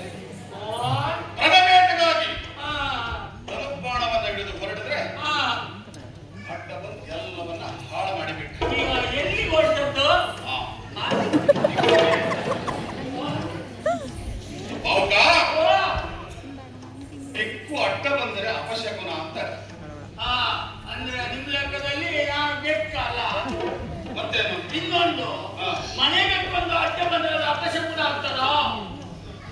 ವಿಷಯ ಸರಿ ಇದೆ. ಹಾ, ಯಾಕೆಂದ್ರೆ ಹಾ, ಬೆಕ್ಕು ಅಡ್ಡ ಬಂದರೆ ಅಪಶಕುನ, ಹಾ. ಅದು ಮನೆ ಬೆಕ್ಕ ಅಡ್ಡ ಬಂದ್ರೆ ಅಲ್ಲ. ನರಿ ಅಡ್ಡ ಬಂದರೆ ಶುಭ ಶಕುನ. ಹಾ, ಮನೆಯಲ್ಲಿ ಯಾರು ನರಿಗೂ ಸಾಕುದಿಲ್ವಲ್ಲ, ಬೆಕ್ಕನ್ನೇ ಸಾಕುವುದು. ಈಗ ಬೆಕ್ಕು ಬಂದ್ರೆ ಅಪಶಕುನ ಅಂತ, ನರಿ ಬಂದ್ರೆ ಶುಭಶಕುನ ಅಂತ. ಹಾ. ಬೆಕ್ಕನ್ನು ಬಿಟ್ಟು ನರಿ ಸಾಕುದೇ ಇಲ್ಲ. ಹಾ. ಹಾಗಂತ ಹೆಚ್ಚು ಅಪಘಾತ ಆಗುತ್ತಿದ್ರೆ ನಾಯಾಟ ಬಂದ ಬಿಟ್ಟರೆ ಬೇರೆ ಯಾವುದು? ನಾನು ಸರಿಯಾದ ಮಾತನ್ನಾಡಿದೆ. ಈಗ ಎಲ್ಲರೂ ನೋಡಿ, ಎಲ್ಲಿಂದ ನೋಡಿದ್ರೆ ನಾಯಾಟ ಬಂದೇ. ಬೆಕ್ಕು ಅಡ್ಡ ಬಂದು ಯಾರು ಬಿಟ್ಟಿದ್ರು? ಇಲ್ಲ ಇಲ್ಲ ಇಲ್ಲ. ನಾಯಿ ಅಡ್ಡ ಬಂದು ಬಿದ್ದವರೇ ಜಾಸ್ತಿ. ಹೌದು. ಇರಲಿ, ಹಾ. ನಾನೀಗ ಹೊರಟಿದ್ದು ಹಾ. ಪ್ರಗಬೇಟೆಗಾಗಿ. ನಾನ್ ಬರುವುದಾ? ಹಾ. ನಾನ್ ಬರುವುದಾ? ನೀನು ಬರುವುದಕ್ಕಿಂತ ಹಾ. ನೀನೆ ಹೋಗುದೇ ನಮ್ಗೆ ಅನುಕೂಲ ಆಗಿ ಕಾಣ್ತದೆ. ಯಾಕೆ? ಪ್ರಗಬೇಟೆಗೆ ಹಾ. ಇಷ್ಟೊಂದು ದುಷ್ಟ ಪ್ರಾಣಿ ಇನ್ನೊಂದಿದೆ. ಹಾ. ಇನ್ನು ನಾವು ಬೇಡ ಅನ್ನುವ. ಬೇಟೆಯ? ಹಾ. ಅಯ್ಯೋ, ನಾನು ಬಂದರೆ ನಿಮಗೆ ಆಗುವುದು ಅನುಕೂಲವೇ. ಅನುಕೂಲವಾಗ್ತದೆ. ಹಾ. ಸರಿಯಾಗಿ ಕೇಳಿಸ್ಕೊ. ಓ, ನಾನು ಹೋಗುವುದು ಬೇಟೆಗೆ, ಹಾ. ಬೇಟೆಗೆ ಅಲ್ಲ. ನಾನು ಹೇಳಿದ್ದು ಬೇಟೆಗೆ, ಬೇಟೆಗಲ್ಲ. ಬೇಟೆಗೆ ನೀನು ಬರ್ತೀಯ? ಹೌದು. ಅಭ್ಯಾಸ ಉಂಟದೆ ನೀನು? ಎಲ್ಲ ಬಂದೆ ನಾನು, ಎಲ್ಲ ಬಂದೆ. ಬಾ, ಬಾಯ್. ಓ, ಎಲ್ಲ ಗೊತ್ತುಂಟು ನನಗೆ. ಏನ್ ಗೊತ್ತುಂಟು? ನಾನು ಹಾ. ಅಲ್ಲಿ ನಿಷೇಧದಲ್ಲಿರುವಾಗ ಹಾ. ನನ್ನ ಅರಸರು ಯಾವಾಗ ಬೇಟೆಗೆ ಹೋಗ್ತಾ ಇದ್ರು ಆವಾಗ ಜೊತೆಗೆ ನೀನು ಹೋಗ್ತಾ ನಾನು ಹೋಗ್ತಿದ್ದೆ. ಹೋಗಿ ಏನು ಮಾಡ್ತೇನೆ? ಹೋಗಿ ನಾನು ಹಾ. ಅಲ್ಲಿ ಪ್ರಾಣಿಗಳೆಲ್ಲ ಇರ್ತಲ್ಲ, ಹಾ. ಅವುಗಳ ಮುಂದೆ ನಾನು ಹೋಗಿ ನಿಲ್ಲುವುದು. ಹಾ. ಆ ಪ್ರಾಣಿಗಳೆಲ್ಲ ನನ್ನನ್ನು ನೋಡ್ತಾ ಇರುವುದು. ಹಾ. ಅವರು ಸಿರತೆಗಿರುವುದು. ನಾನು ನಿಲ್ಲುವುದು, ಅವರು ನೋಡುವುದು, ಅವರು ಸಿರತೆಗಿರುವುದು. ಮೃಗಗಳೆಲ್ಲವೂ ನಿನ್ನನ್ನು ನೋಡುವುದು. ಬೇರೆಲ್ಲ ನೋಡುದು. ನಳಚಕ್ರವರ್ತಿ ಶೀಲವನ್ನು ಪಡೆಯುವುದು. ಹೌದು. ಏನು ಪ್ರಗಶಿರ ನಕ್ಷತ್ರದಲ್ಲ ಅವ್ರೇನು ಗೊತ್ತಿಲ್ಲ. ಎಲ್ಲೂ ಅದು ನೋಡಿಲ್ಲ. ಆ, ಹಣೆ ಬರಹ ಇಲ್ಲ. ಏನು ಎಂಥದ್ದು ಇಲ್ಲ. ಸರಿ, ಹಾ. ವನ ಪ್ರದೇಶಕ್ಕೆ ನನ್ನೊಂದಿಗೆ ಬಂದರೆ ಹಾ. ನಿನಗೆ ಅನುಕೂಲ ಆಗ್ತದೆ ಅನ್ನುವ ಭರವಸೆ ನಿನಗುಂಟು? ಅನುಕೂಲ ಆಗ್ತದೆ. ಯಾಕೆ ಆಗುದಿಲ್ಲ ಅನ್ನುವಂತ ಅನುಮಾನ ನಿಮಗುಂಟಾ? ಅಲ್ಲ, ಸರಿಯಾದ ಜಾಗದಲ್ಲೇ ನೀನು ಒದ್ದಾಡ್ತಾ ಇದ್ದೀನಿ. ಹಾ. ಕಪ್ಪು ಉದ್ದ ಪ್ರದೇಶದಲ್ಲಿ ಹಾ. ಹೇಗೆ ನಿಲ್ತಿ? ಏಳು ತಗ್ಗಿನ ಜಾಗದಲ್ಲಿ ಹಾ. ನನ್ನ ಉದ್ದಗಿದ್ದ ಕಾಲು, ಹಾ. ಅದರ ಅನುಕೂಲ ನನಗೆ ಆಗುವುದು. ಹಾ. ಈ ಎತ್ತರ ಇದ್ದ ಜಾಗಕ್ಕೆ ನನ್ನ ಗಿಡ್ಡ ಕಾಲಕ್ಕೆ, ಈ ಹೊಂಟ ಇದ್ದ ಜಾಗಕ್ಕೆ ಉದ್ದ ಕಾಲಕ್ಕೆ, ಅಲ್ಲಿಂದ ಅಲ್ಲಿಗೆ ಆಗ್ತದೆ. ಹೆಚ್ಚಾಯ್ತು, ಕಾಲು ಮೇಲಾಯ್ತು ಅಂತ ಒಂದು ಆಗುತ್ತೆ. ಯಾಕೆ?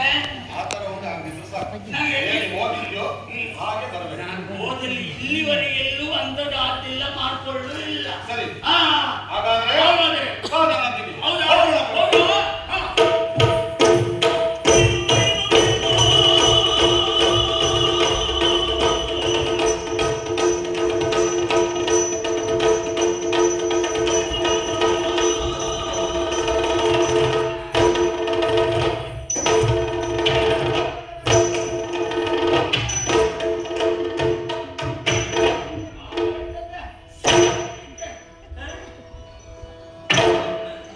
ಏನಾದ್ರೂ ಇದೆಯಾ ನಿನಗೆ ಅಭ್ಯಾಸ ಬರಬೇಕು. ಅಭ್ಯಾಸ ಬರಲ್ಲ. ನನಗೆ ನೋಡಿ ಇದೆಯಲ್ಲ ಅಂತ. ಬೇರೆ ಹೊಡೆದಲ್ಲೇ ಹೊಡೆದದ್ದು. ಏನು ನನಗೆ ಕಾಣಿಸೋದಿಲ್ಲ. ಹೊಡೆದಲ್ಲೇ ಅದು ಕಾಣಿಸೋದಿಲ್ಲ. ಆ ರೀತಿ ಚಟ್ನಿ ಆಗಿ ಹೋಗಿದೆ ಈಗ. ಅದೆಂತ? ಭುಜಬಲ ಪರಾಕ್ರಮಿ ನೀನು. ಮತ್ತೆ ಇರಲಿ ಇರಲಿ. ಹೊಡೆದದ್ದು ಎಂತ ಗೊತ್ತಾಯ್ತಾ? ಏನು ಹೊಡೆದೆ? ಅದು ಬಾಂಬಿ ಕೊಪ್ಪೆ. ನಮ್ಮ ಪ್ರಗಬೇಟೆಯಲ್ಲಿ ಹಾ. ಕಪ್ಪೆ ಸಂತಾನವನ್ನೆಲ್ಲ ನೋಡುದಿಲ್ಲ ನಾನು. ಅಲ್ಲ, ನೀವು ನೋಡುದಿಲ್ಲ. ಹಾ. ನನಗೆ ಒಪ್ಪಂದ ಕೊಟ್ಟವನ್ನ ಬಿಡುವುದಿಲ್ಲ. ಇರಲಿ ಬಾವುಕ, ಹಾ. ನೋಡಿದರೆಂಬ ಈ ವನ ಪ್ರದೇಶವನ್ನು ಹಾ. ನನಗನ್ನಿಸುವುದು ಏನು? ಪ್ರಗಗಳು ನಮ್ಮ ನಾಡಿಗೆ ಹಾವಳಿಯನ್ನು ಕಟ್ಟಿದ್ದಾರೆ ಎಂದು ದೂರನ್ನ ಕೊಟ್ಟಾಗ ಹಾ. ಪ್ರಗಬೇಟೆಗೆಂದು ಬಂದ್ರಿ. ಹಾ. ವಾಸ್ತವ್ಯವನ್ನ ಇಲ್ಲಿ ಬಂದಾಗ ನಾನು ನೋಡ್ತಾ ಇದ್ದೇನೆ. ಏನನ್ನ? ಇದು ಕಾಡೇನು? ಮತ್ತೆ ಕಾಡೆ. ಕಾಡನ್ನ ಕಡಿದು ಉಪವನವನ್ನ ಮಾಡಿದವರು ನಾವು. ಹಾ. ಆ ಪ್ರಾಣಿಗಳು ಹಾ. ಅವುಗಳ ಜಾಗದಲ್ಲೇ ಓಡಾಡುತ್ತಾ ಇವೆ. ಓ. ಆದರೆ ಹಾ. ಪ್ರಾಣಿಗಳು ವಾಸಿಸುವ ಸ್ಥಾನದಲ್ಲಿ ಹಾ. ನಾವು ಉಪವನವನ್ನು ಮಾಡಿದ್ದೇವೆ. ಎಲ್ಲ ಕಾಡು ಕಡಿದು ಈಗ ನಾಡು ನಾಡಾಗಿ ಮಾಡಿ. ಹೋಗಿದೆ. ಹಾ. ಆಶ್ಚರ್ಯ ನನಗೆ ಅದಲ್ಲ. ಹಾ. ಪ್ರಗ ಬೇಟೆಗೆಂದು ಬಂದಂತ ನಾವು ಹಾ. ಎರಡು ರೀತಿಯ ಬೇಟೆಯನ್ನು ಆಡುವಂತ ಅವಶ್ಯಕತೆ ಬಂತು. ಹಾ. ಸಂದರ್ಭ ಸಿಕ್ಕಿತು. ಒಂದು ಪ್ರಗಗಳ ಬೇಟೆ, ಹಾ. ಇನ್ನೊಂದು ಪ್ರಗಗಳನ್ನ ಬೇಟೆಯಾಡುವುದು. ಬೇಟೆಯಾಡುವುದು. ಹಾ. ಪಾಪದ ಪ್ರಗಗಳನ್ನ ಹಾ. ನಾವು ಹಿಂಸಿಸಬಾರದು. ಹಾ. ಈ ಮನುಜರ ಸುಳಿವನ್ನ ಕಂಡಾಗ ಹಾ. ಅವೇ ದಟ್ಟಾರಣ್ಯಕ್ಕೆ ಓಡಿ ಹೋಗ್ತವೆ. ಹಾ.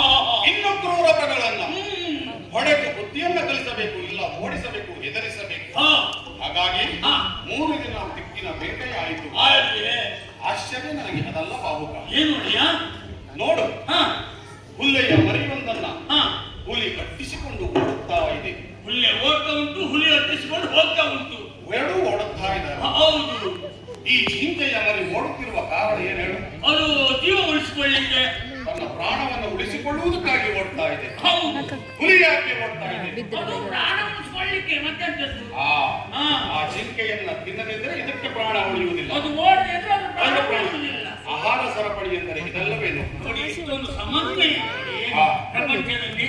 ಆದರೆ ಹಾ, ನನ್ನ ಗಮನ ಅದಲ್ಲ, ನನ್ನ ಚಿಂತೆ ಅದಲ್ಲ. ಹಾ, ಆಹಾರ ಸರಪಳಿಯ ಮೂಲಕ ಹುಲ್ಲೇವರಿಗೊಂದನ್ನು ಹುಲಿ ತಿನ್ನುವುದು ಹಾ, ಅದು ಸರಿ. ಹಾ.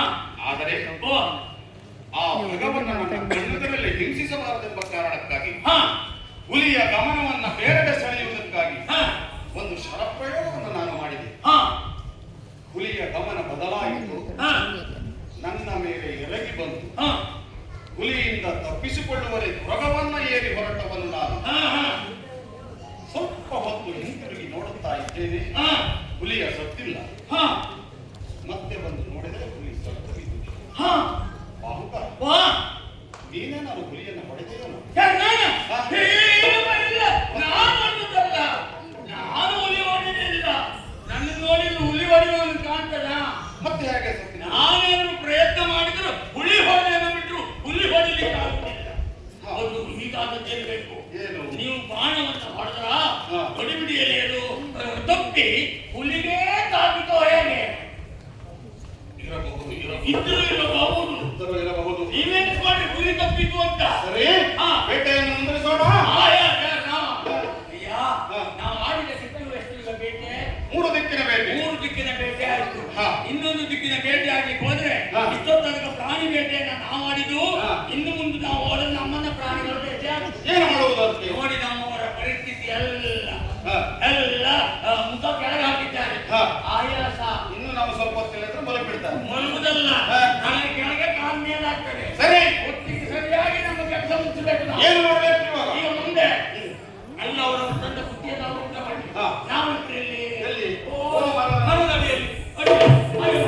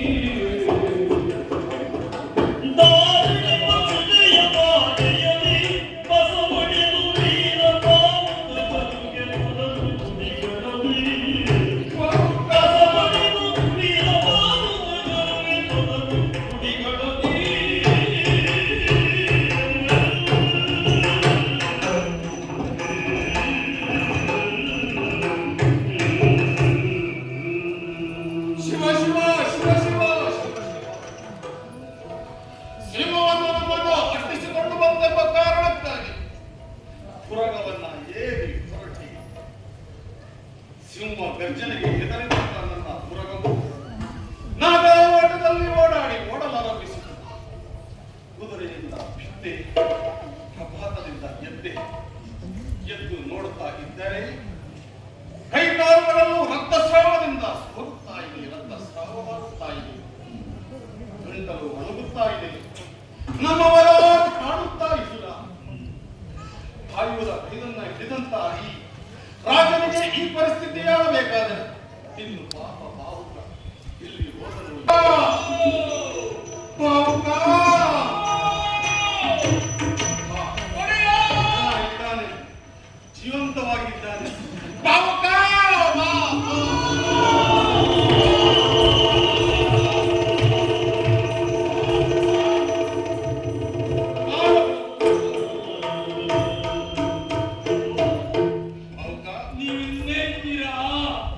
ಬೇಟೆಗೆ ಬರುವಾಗ ನೀನು ಬೇಡ ಬೇಡ ಎಂದು ಹೌದು. ಆದರೆ ಆ? ಪ್ರತಿ ಕ್ಷಣವೂ ನಿನ್ನನ್ನು ನಾನು ನೆನಪಿಸುತ್ತಾ ಇರುತ್ತೇನೆ ಬಾವುಕ. ಹೌದೇ? ನಿನ್ನಿಲ್ಲದ ಆ ಕ್ಷಣವು ನನಗೆ ಒಂಟಿತನವನ್ನು ಕಾಡುತ್ತಾ ಇದೆ. ಛೇ, ಛೇ. ಎಲ್ಲಿ ಹೋದೆ? ಆ, ಆ ಸಿಂಹದಿಂದ ಹೇಗೆ ತಪ್ಪಿಸಿಕೊಂಡೆಯೋ ಬಾವುಕ? ನನ್ನ ಕಥೆ ಏನ್ ಕೇಳ್ತೀರಿ ಸ್ವಾಮಿ? ಹಾ. ನಿಮ್ಮ ಗರ್ಜನೆ ಕೇಳಿ ಹೊಡೆದ ಇಬ್ಬರು ಒಟ್ಟಿಗೆ ಹೊರಟುವಾ? ಹಾ. ಹೊರಟಾಗ ಬರಬರ್ತ ನೀವು ಮುಂದೆ ಹೋದ್ರಿ, ನಾನು ನಿಮ್ಮ ಬೆನ್ನಿಗೆ ಇದ್ದೆ. ಹಾ. ಬಂದು ಒಂದೊಂದು 3 ದಾರಿ ಕುಡಿದೆಯಲ್ಲ, ಹಾ. ಅಲ್ಲಿಗೆ ಬಂದಾಗ ನೀವು ಎಲ್ಲಿ ಹೋದ್ರೆ ನನಗೆ ಗೊತ್ತಾಗಲಿಲ್ಲ. ಆಮೇಲೆ ಮತ್ತೆ ಕ್ರಮಿಸಿದೆ. ಹಾ. ಓಡಿ ಬಂದು ನೋಡ್ತಾ ಇರುವಾಗ ಅಲ್ಲಿ ಒಂದು ದೊಡ್ಡದೊಂದು ಮರ, ಮರದ ಬುಡಕ್ಕೆ ಬೇರು ಮರ ಇದೆ. ಅಲ್ಲಿ ಈ ಸಮಯದಲ್ಲಿ ಈ ವಿಷಯ ಬೇಕೇನು? ಅಲ್ಲ ನೋಡಿ ನನ್ನ ಪರಿಸ್ಥಿತಿ ಅದು. ಹಾ. ಹಾಗೆ ಆ ಬೇರು ಕಾಲಿಗೆ ಬಿದ್ದೆ, ಆ ಹಾಳು ಬಾವಿಗೆ ಬಿದ್ದೆ. ನಾವು ಅಲ್ಲಿ ಬಾವಿಗೆ ಬಿದ್ದೆ. ಒಮ್ಮೆ ಕರೆಯುವಾಗ ಬಾವಿಯ ಮೇಲಿದ್ದೆ, ಹಾ. ಎರಡನೇ ಕರೆಗೆ ದಾರಿಯ ಮಧ್ಯದಲ್ಲಿದ್ದೆ, ಹಾ. ಮೂರನೇ ಕೂಗಿಗೆ ಸರಿಯಾಗಿ ಇಳಿದ್ದೆ ಸ್ವಾಮಿ. ನಾನು ಇಲ್ಲಿ ಬಂದಿದ್ದೆ. ನನ್ನಿಂದ ಅಂತರ ಕೂಗಿನ 3 ಕೂಗಿನ ಅಂತರ. ಪ್ರಭು ಪ್ರಭು ಹೋಗ ಓ, ಹೋಗ. ನಾನು ಓಡಿದ್ದಲ್ಲ. ಸ್ವಲ್ಪ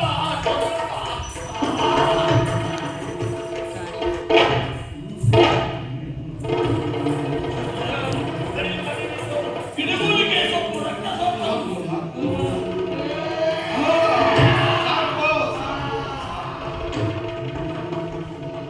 ರಕ್ತವಾಗುವುದು ನಿಂತಿತ್ತು. ಏನಾಗುತ್ತೆ ಸ್ವಾಮಿ?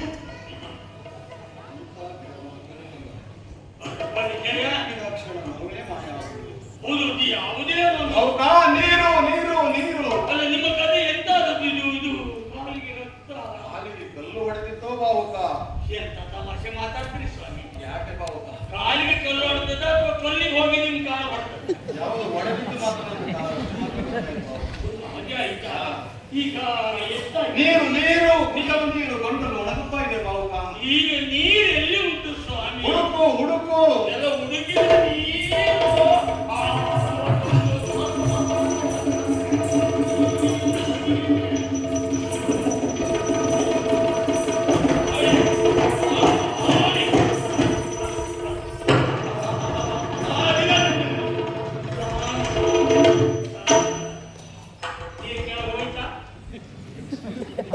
ನೀರು ಹೋಯ್ತು ಎಲ್ಲೂ ಗೊತ್ತಾಗಲಿಲ್ಲ. ಬಂದು ಆಯರಿಕೆ ಹೋಯ್ತು. ಓ, ಮನುಷ್ಯನ ಜೀವನವೇ ಹಾಗೆ. ಏನು ಒಂದು ನೋವು ಹೋದ ಮೇಲೆ ಇನ್ನೊಂದು ನೋವು. ಏನು ಈಗ? ಕಾಲು ನೋವು ಹೋದಾಗ ಬಾಯಾರಿಕೆ ಆಯ್ತು. ಹಾ ಹಾ ಹಾ. ಬಾಯಾರಿಕೆ ಹೋಯ್ತು. ಹಾ. ಈಗ ಹಸಿವಾಗ್ತಾ ಇದೆಯೋ ಬಾವುಕ? ಇದು ಸಣ್ಣ ಹೊಟ್ಟೆ ಹಸಿತಾ ಇದೆ ಬಾವುಕ. ಹಸಿದ್ರೆ ಅಂದ್ರೆ ಹಸಿದ್ರೆ ಊಟ ಮಾಡ್ಬೇಕು. ಹಾ. ಹಾ. ಏನಾದ್ರು ಕಾರ್ಯ ಉಂಟೇನೋ ಇಲ್ಲ.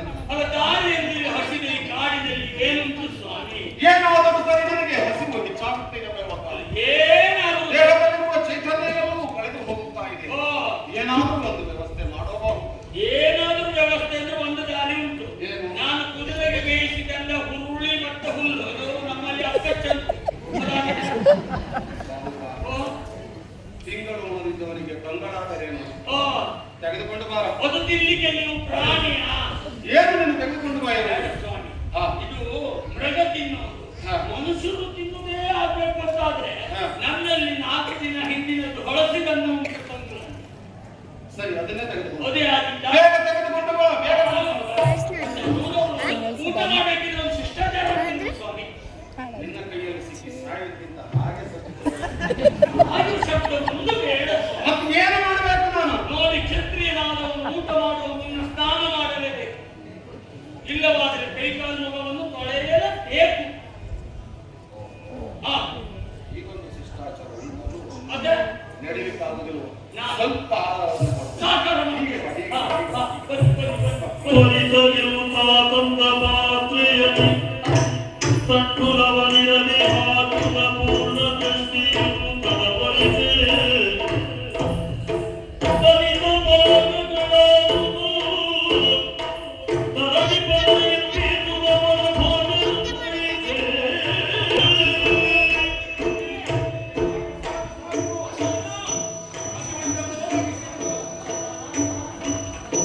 ಒಳಬೋದೆಂದು ಕೈಸಿ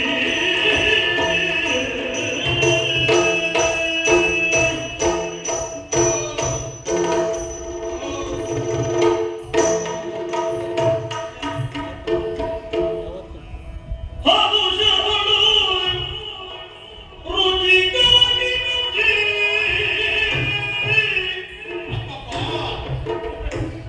ಹರುಷಗಳು ರುಚಿಗಾಗಿ ರುಚಿ ಬಾವುಗಳೇ ತೊಳೆಯು ಇದು ಎನಗೆ ಸೌಖ್ಯದ ರಚಿಸಿಕೊಂಡೊಡೆಯ ಇದೇ ಸರಿ. ಹರುಷಗಳು ರುಚಿಗಾಗಿ ಮೆಚ್ಚಿ ಬಾವುಗಳೇ ತೊಳೆಯು ಇದು ಎನಗೆ ಸೌಖ್ಯದೆವರು ರಚಿಸಿಕೊಂಡೊಡೆಯು ಪರಮಾತ್ಮನೆಂಬನು ಇದು ಎನಗೆ ಸೌಖ್ಯದೆವರು ರಚಿಸಿಕೊಂಡೊಡೆಯು ಪರಮಾತ್ಮ ನೀನೆಂಬನು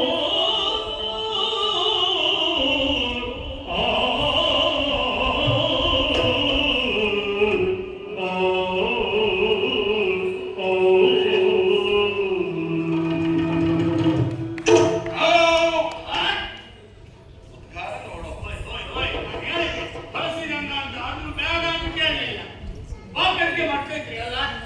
ಬಾವುಕ, ಹೊಳಸಿದ ಅನ್ನ ಅಂತ ನೀನು ಹೇಳಿದಾಗ ನಾನು ತಿರಸ್ಕಾರ ಮಾಡಿದ್ರೆ ಈ ಅವಕಾಶವೇ ತಪ್ಪಿ ಹೋಗ್ತಾ ಇತ್ತಲ್ಲೋ.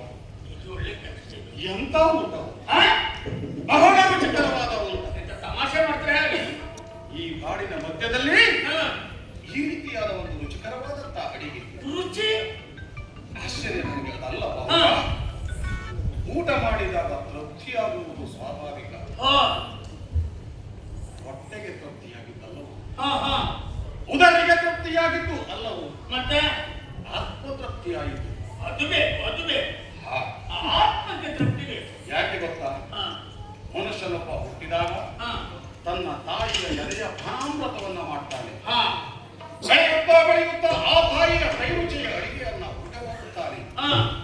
ಬೆಳೆದ ನಂತರ ಉದ್ಯೋಗ, ಹುದ್ದೆ, ಪ್ರತಿಷ್ಠೆ ಎನ್ನುವುದರಲ್ಲಿ ಬೇರೆ ಬೇರೆ ರೀತಿಯ ಅಡುಗೆಯನ್ನ ಊಟ ಮಾಡ್ತಾನೆ ಮನುಷ್ಯನೊಬ್ಬ.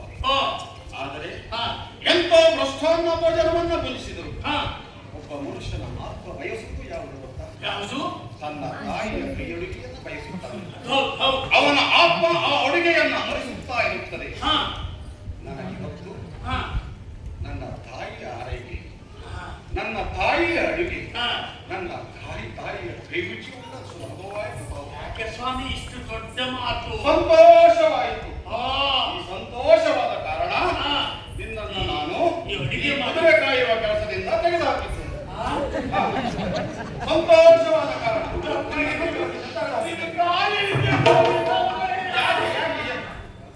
ನನ್ನನ್ನ ಅಲ್ಲಿಂದ ಇಲ್ಲಿವರೆಗೆ ಕರ್ಕೊಂಡು ಬಂದು ಈ ನಡುಕಾಡಿನಲ್ಲಿ ಕೈ ಬಿಟ್ಟು ನನಗೆ ಯಾವ ಬದಿಗೆ ಹೋಗ್ಬೇಕು ಅಂತ ಗೊತ್ತಾಗುವುದಿಲ್ಲ. ಎಲ್ಲಾದ್ರೂ ಹೋಗ್ಬೇಕಂದ್ರೆ ನೀವೇ ದಾರಿ ತೋರಿಸ್ಬೇಕು. ನಾನು ದಾರಿ ತೋರಿಸ್ತೇನೆ. ಅದು ನೀವು ತೋರಿಸ್ತೀರಿ. ನೀನು ನನ್ನ ದಿಕ್ಕು ತೋರಿಸ್ತಾ ಇದ್ದೀಯಾ ಅಂತ. ನನ್ನ ನಿಮ್ಮನ್ನೆಂದ ಬಿಟ್ಟು ಹೇಳ ಮೇಲೆ ಹೇಳ. ಅಲ್ಲ, ನೀವು ಕೆಲಸ ಇಲ್ಲ ಅಂದ್ರೆ ಕೆಲಸ ಇಲ್ಲ ಅಂದ್ರೆ ನಿನಗೆ ಆ ಕೆಲಸ ಇಲ್ಲ. ಯಾವ ಕೆಲಸ? ಕುದುರೆಗೆ ದಳಪತಿಯಾದಂತ ಕೆಲಸವಿಲ್ಲ. ಅಲ್ಲ, ಅಂತ ಕೆಲಸ ಬೇರೆ ಕೆಲಸ ಇಲ್ಲ ಎಂಬ ಅರ್ಥ ಅಲ್ಲ. ಓ ರುಚಿಯನ್ನು ಉಂಡಂತ ನನಗೆ ಹಾ. ದಿನನಿತ್ಯವೂ ಇದೇ ಊಟವನ್ನು ಮಾಡಬೇಕು. ಹೌದಾ? ಇನ್ನು ಮುಂದೆ ಹಾ. ಅಯೋಧ್ಯದ ಮುಖ್ಯ ಪಾಕಶಾಲೆಯಲ್ಲಿ ಹಾ. ನೀನು ಅಡುಗೆ ಭಟ್ಟ. ಯಾರ? ನೀನು ಅಲ್ಲ ನೋಡಿ, ನನ್ನನ್ನು ನೋಡಿ ನನ್ನ ಅಡುಗೆ ಭಟ್ರು ಲಕ್ಷಣ ಉಂಟ. ಅಲ್ಲ ನಾವು ಅದನ್ನು ನೋಡಿದ್ರೆ ನನ್ನನ್ನು ಅಲ್ಲ ನಾವೆಲ್ಲ ಮೋಸ ಹೋಗುದೇ ಹಾಗೆ. ಎಂತದು? ಲಕ್ಷಣ ಇದ್ದಾರೆ ಅಂತ ಅಡುಗೆ ಹಾಕೊಳ್ಳೋದು. ಹಾ. ಅವ್ರು ನೋಡಿದ್ರೆ ಅಡುಗೆ ರುಚಿ ಇಲ್ಲ. ಆದ್ರಿಂದ ಹಾ. ನಿನ್ನ ಲಕ್ಷಣ ಇಲ್ಲ. ಹಾ. ಆಗ ನೀನು ಕೈ ರುಚಿ ಅಂದ್ರೆ ಕೈ ಹಾಕಬಾರದು ಅದಕ್ಕೆ. ಯಾಕಂದ್ರೆ ನೀನು ಮಾಡುವ ಅಡುಗೆ. ಹಾ. ಅದು ಕೈ ಹಾಕುದಲ್ಲ, ಕೈಯಲ್ಲೇ ಸೌಟು ಹಿಡಿದು ಉಪ್ಪು ಖಾರ ಹುಳಿಯಾಗಿ ತಿರುಗಿಸುವ. ಸರಿ. ಒಂದು ವಿಷಯ ನೋಡಿ, ಏನು? ಈ ಚಂದ ಎಂಬಲ್ಲಿಗೆ ಚಂದ ಇದ್ದವರನ್ನ ಅಡುಗೆ ಮಾಡ್ಲಿಕ್ಕೆ ಕಳಿಸಲೇಬಾರದು. ಯಾಕೆ? ಅವ್ರು ಮೊದಲೇ ಚಂದ ಇರ್ತಾರ, ಹಾ. ಮತ್ತೆ ಚಂದ ಮಾಡ್ಕೊಳ್ಳೋದ್ರೊಳಗೆ ಮತ್ತೊಂದಿಷ್ಟು ತಲೆ ಕುಂದ ಪಾತ್ರಕ್ಕೆ ಹಾಗಂತ ಗೊತ್ತೇ ಆಗುದಿಲ್ಲ ಅಂತಾರಲ್ಲ. ಊಟ ಕುಡಿದಾಗ ನಿಧಾನ ಎಳತ್ತಾಗಿದೆ, ಅಷ್ಟೊತ್ತಿಗೆ ಅಲ್ಲಿ ಓಡಿ ಬರ್ತಾರೆ. ಅದನ್ನು ತೋರಿಸ್ಬೇಡಿ, ಅದು ಲಕ್ಷ್ಮಿ ಅಂತ ಹೇಳ್ತಾರೆ. ಹೌದಾ? ವಾ. ಕೆಲವೊಂದ್ಸರಿ ಏನಾಗ್ತದೆ ಗೊತ್ತಾನು? ಹಾ. ಈ ಹರ್ಷದ ಅನ್ನಕ್ಕೋಸ್ಕರ ಹಾ. ವರ್ಷದ ಅನ್ನ ಕಳ್ಕೋಬಾರ್ದು. ಹಾ. ಹಾ. ಹಾಗಾಗಿ ಮನೆಯವರ ಸುದ್ದಿಯನ್ನು ಮಾತಾಡುವುದು ಬೇಡ. ಅಯ್ಯ, ಇದು ವಿಷಯ. ಸರಿ. ಹಾ. ನನಗೊಂದು ಅನುಮಾನ ನೋಡಿ, ಏನು? ಈ ಕೂದಲು ಲಕ್ಷ್ಮಿ ಹೌದಾದ್ರೆ ಹಾ. ಇನ್ನ ಒಂದು ಪಾತ್ರದಲ್ಲಿಷ್ಟು ಕೂದಲು ಹಾಕಿ ಅಡುಗೆ ಮಾಡಬಹುದಲ್ಲ? ಅಲ್ಲ, ನಮ್ಗೆ ಅವಶ್ಯಕತೆ ಇಲ್ಲ. ನಮ್ಮಲ್ಲಿ ಹೇರಳವಾದ ಲಕ್ಷ್ಮಿ ಉಂಟು. ಹಾ. ನಿನಗದು ಲಕ್ಷ್ಮಿ ಉಂಟು. ನೀನು ಹಾಗೆ ಮಾಡಿ ಊಟ ಮಾಡಿ. ಸೇದಾ ಅನುಭವಕ್ಕೆ ಸರಿ, ಸರಿ. ನಾನು ಮುಖ್ಯ ಅಡುಗೆ ಭಟ್ಟನ ಆದರೆ ಹಾ. ಈ ಕಾಯಂ ಇದ್ದವರನ್ನು ಉಂಟ ಮಾಡ್ತೀನಿ. ಅದು ಒಂದು ಅಡುಗೆ ಮನೆ. ಹಾ. ಹಾ. 9 ಅಡುಗೆ ಮನೆ ನಮ್ಮದು. ಹೌದು. ಏನಾದ್ರೂ ಒಂದು ಕಡೆ ವ್ಯವಸ್ಥೆ ಮಾಡ್ತೇನೆ. ಹಾ. ಆದರೆ ಹಾ. ಅಯೋಧ್ಯದಲ್ಲಿ ನನಗೆ ಬಡಿಸುವ ಊಟ ನಿನ್ನದಾಗಬೇಕು. ನಾನು ಅಡುಗೆ ಮಾಡಿದ್ರೆ ಊಟ ಮಾಡಿಯಾರ? ಅವ್ರು ಯಾರು ಮಾಡಿದ್ರೆ ಏನು ಬರುವುದು? ಹಾ. ಹಾ. ಹಾ. ನಾನಿದ್ದೇನಲ್ಲ. ನೀವು ಮಾಡಿದ್ಮೇಲೆ ಎಲ್ಲರೂ ಮಾಡ್ತಾರೆ. ಹಾ. ನಿಮ್ಮ ತೃಪ್ತಿಗಾಗಿ ಒಪ್ಪಿದ್ದೇನೆ. ಹೌದಾ? ಹಾ. ನೀ ನನಗೆ ಆವಾಗ ಅಡ್ಡ ಬಂದಾಗ ಹೇಳಿದೆ, ಹಾ. ನಾನು ನಿಮ್ಮ ಮನೆಯ ಬೆಕ್ಕಲ್ಲವು. ಹಾ. ನಾನು ಉತ್ತರಿಸಲಿಲ್ಲ ಬಾಬು. ಹಾ. ಈಗ ಹೇಳ್ತೇನೆ, ಹಾ. ನೀನು ನನ್ನ ಮನೆಯ ಬೆಕ್ಕಲ್ಲ, ಹಾ. ನೀ ನನ್ನ ಮನೆಗೆ ಬೇಕು. ಹಾ. ಹೌದಾ? ಬಾ ಹೀಗೆ, ಬಾ ಹೀಗೆ, ಬಾ ಹೀಗೆ. ಒಂದು ಬೇಡಿಕೆ ಉಂಟು. ಹಾ. ಅಡುಗೆ ಮಾಡ್ಲಿಕ್ಕೆ ಸ್ವಲ್ಪ ಸೌದೆ ಒಲೆ ಜಾಸ್ತಿ ಈಗ. ಹಾ. ಕಪ್ಪು ಬಟ್ಟೆ ಕೊಟ್ರೆ ಮತ್ತೆ ಕಪ್ಪಾಗಲಿಕ್ಕೆ ನೀನು. ಅಂದ್ರೆ ಅಲ್ಲಿ ಅಡುಗೆ ಮಾಡುವಾಗ ಮಸೀತ ಆಗಿದ್ರೆ ಅದು ಒಳಗೂ ಗೊತ್ತಾಗಬಾರ್ದು ಅಂತ ನೋಡಿ. ಆಯ್ತಾಯ್ತು. ಈಗ ನಾವು ಬಾ, ಬಾ.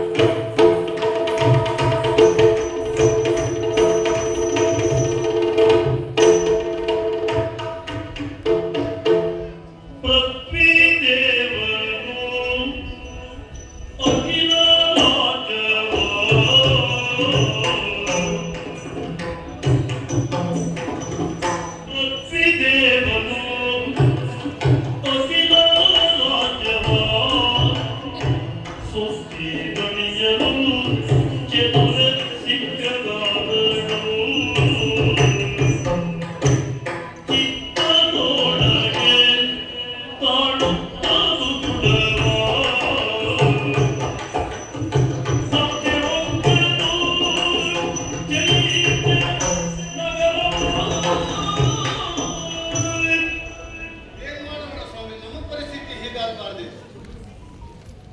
ಸ್ವಾಮಿ ಪ್ರೇಮವೇ ಏನಾದರೂ ಮಾಡಿ ನನ್ನ ಮಗಳು ಮತ್ತು ಒಲೆಯನ್ನು ಹುಡುಕಿಕ್ಕೆ ಹೊರಟೆ ಮಾಡೋಣ. ಆದರೆ ನನಗೆ ಬರುವಾಗ ನನ್ನಷ್ಟಿಗೆ ನಾನು ಯೋಚನೆ ಮಾಡುವುದು ಸ್ವಾಮಿ. ನಳ ಎಂದರೆ ಸಾಮಾನ್ಯ ಜೀವನ. ಇಂದು ಅದೆಷ್ಟೋ ಹೆಣ್ಣು ಮಕ್ಕಳು ತನ್ನ ಹೊಟ್ಟೆಯಲ್ಲಿ ಒಂದು ಗಂಡು ಮಗು ಹುಟ್ಟುತ್ತೆ ಆದರೆ ನಳದಂತೆ ಆಗಬೇಕು, ಸಚ್ಚಾರಿತ್ರ್ಯವನ್ನು ಹೊಂದಬೇಕು ಎಂದು ಯೋಚಿಸುವ ಅದೆಷ್ಟೋ ಮಂದಿ ಇರುವಾಗ ಅಂತಹ ಒಬ್ಬ ಚಕ್ರವರ್ತಿ ಇಂದು ದ್ಯೂತವನ್ನು ಆಡಿ ತನ್ನ ರಾಜ್ಯ ಭಕ್ತ ಬಂಡರಾದಿಗಳನ್ನೆಲ್ಲ ಕಳೆದುಕೊಳ್ಳುತ್ತಾನೆ ಅಂತ ಆದರೆ ಇನ್ನು ಸಾಮಾನ್ಯರು ಒಬ್ಬ ಜೂಜಾಡಿ ಕಲಿತಲ್ಲಿ ವ್ಯತ್ಯಾಸ ಏನಿದೆ ಹೇಳಿ? ಪ್ರಯೋಜನ ಇಲ್ಲ. ಆದರೆ ಯೋಚನೆ ಮಾಡಿ ಮಾಡಿ ನಾವು ಬಂದು ನಿಂತಿದ್ದ ಸ್ಥಳ ಯಾವುದು? ಚೇರಿ ಅಲ್ವಾ? ಮಧ್ಯಾಹ್ನದ ಬಿಸಿಲು ಬೇರೆ, ಹಸಿರು ಬೇರೆ ಆಗ್ತಾ ಇದೆ, ಆಯಾಸವಾಗಿದೆ. ನೋಡೋಣ, ಒಳಗೆ ಪ್ರವೇಶ ಮಾಡುತ್ತೇನೆ, ಏನಾದರೂ ಅರ್ಥವನ್ನು ಸಿಗಬಹುದಾ ಅಂತ.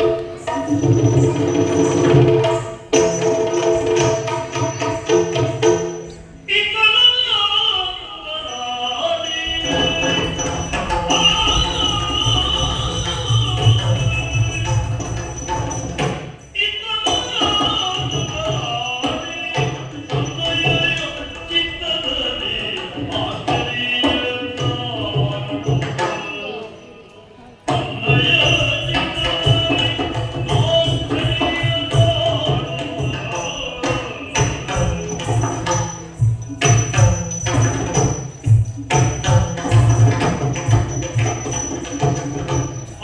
ಹೊರಗೆ ಬರಲಿಲ್ಲ ಭೂಸುರರು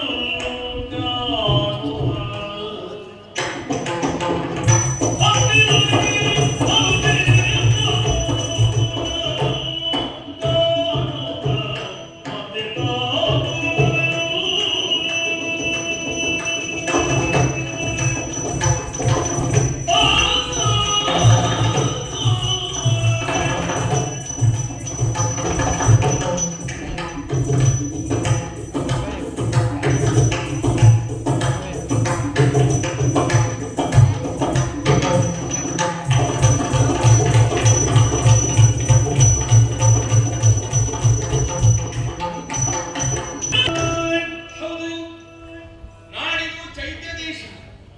ಇದನ್ನು ಆಳಿಕೊಂಡು ಬರ್ತಿರುವಂತಹ ವೀರಸೇನ ಮಹಾರಾಜ, ಅವರ ಪ್ರೀತಿಯ ಮಹಾರಾಣಿ. ನಾನು ಬಂದಂತಹ ಸಂದರ್ಭದಲ್ಲಿ ನನ್ನ ಸಖಿ ಬಂಧುವರೆಲ್ಲರೂ ಕೂಡ ಒಟ್ಟಾಗಿ ಚೇದಿಯ ರಾಣಿಗೆ ಜಯವಾಗಲಿ ಜಯವಾಗಲಿ ಎನ್ನುವ ಹಾಗೆ ನನ್ನನ್ನು ಹೊಗಳುವುದಕ್ಕೆ ಮುಂದಾಗುತ್ತಾ ಇದ್ದಾರೆ. ಸ್ವಾಮಿ, ಮನುಷ್ಯನಾದವ ಎಷ್ಟೇ ಎತ್ತರಕ್ಕೆ ಬೆಳೆದರೂ ಕೂಡ ದೇವರ ಸ್ಮರಣೆ, ಅಧ್ಯಾತ್ಮ, ಆಧ್ಯಾತ್ಮಿಕ ಜೀವನವನ್ನು ನಡೆಸಬೇಕು. ಇದಲ್ಲವೇ ನಮ್ಮವರಿಂದ ಬಂದಂತಹ ಸಂಸ್ಕಾರ. ಅದನ್ನ ತಪ್ಪದೆ ಎಂದಿನಂತೆ ನಾನು ಮುಂದುವರಿಸಿಕೊಂಡು ಬರ್ತಾ ಇದ್ದೇನೆ.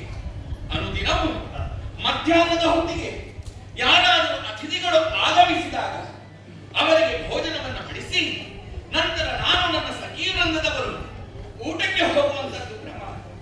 ನೋಡುವ, ಅತಿಥಿಗಳ ಆಗಮನದ ನಿರೀಕ್ಷೆಯಲ್ಲಿರ್ತೇನೆ. ನೋಡೋಣ ಯಾರು ಬರ್ತಾರೆ.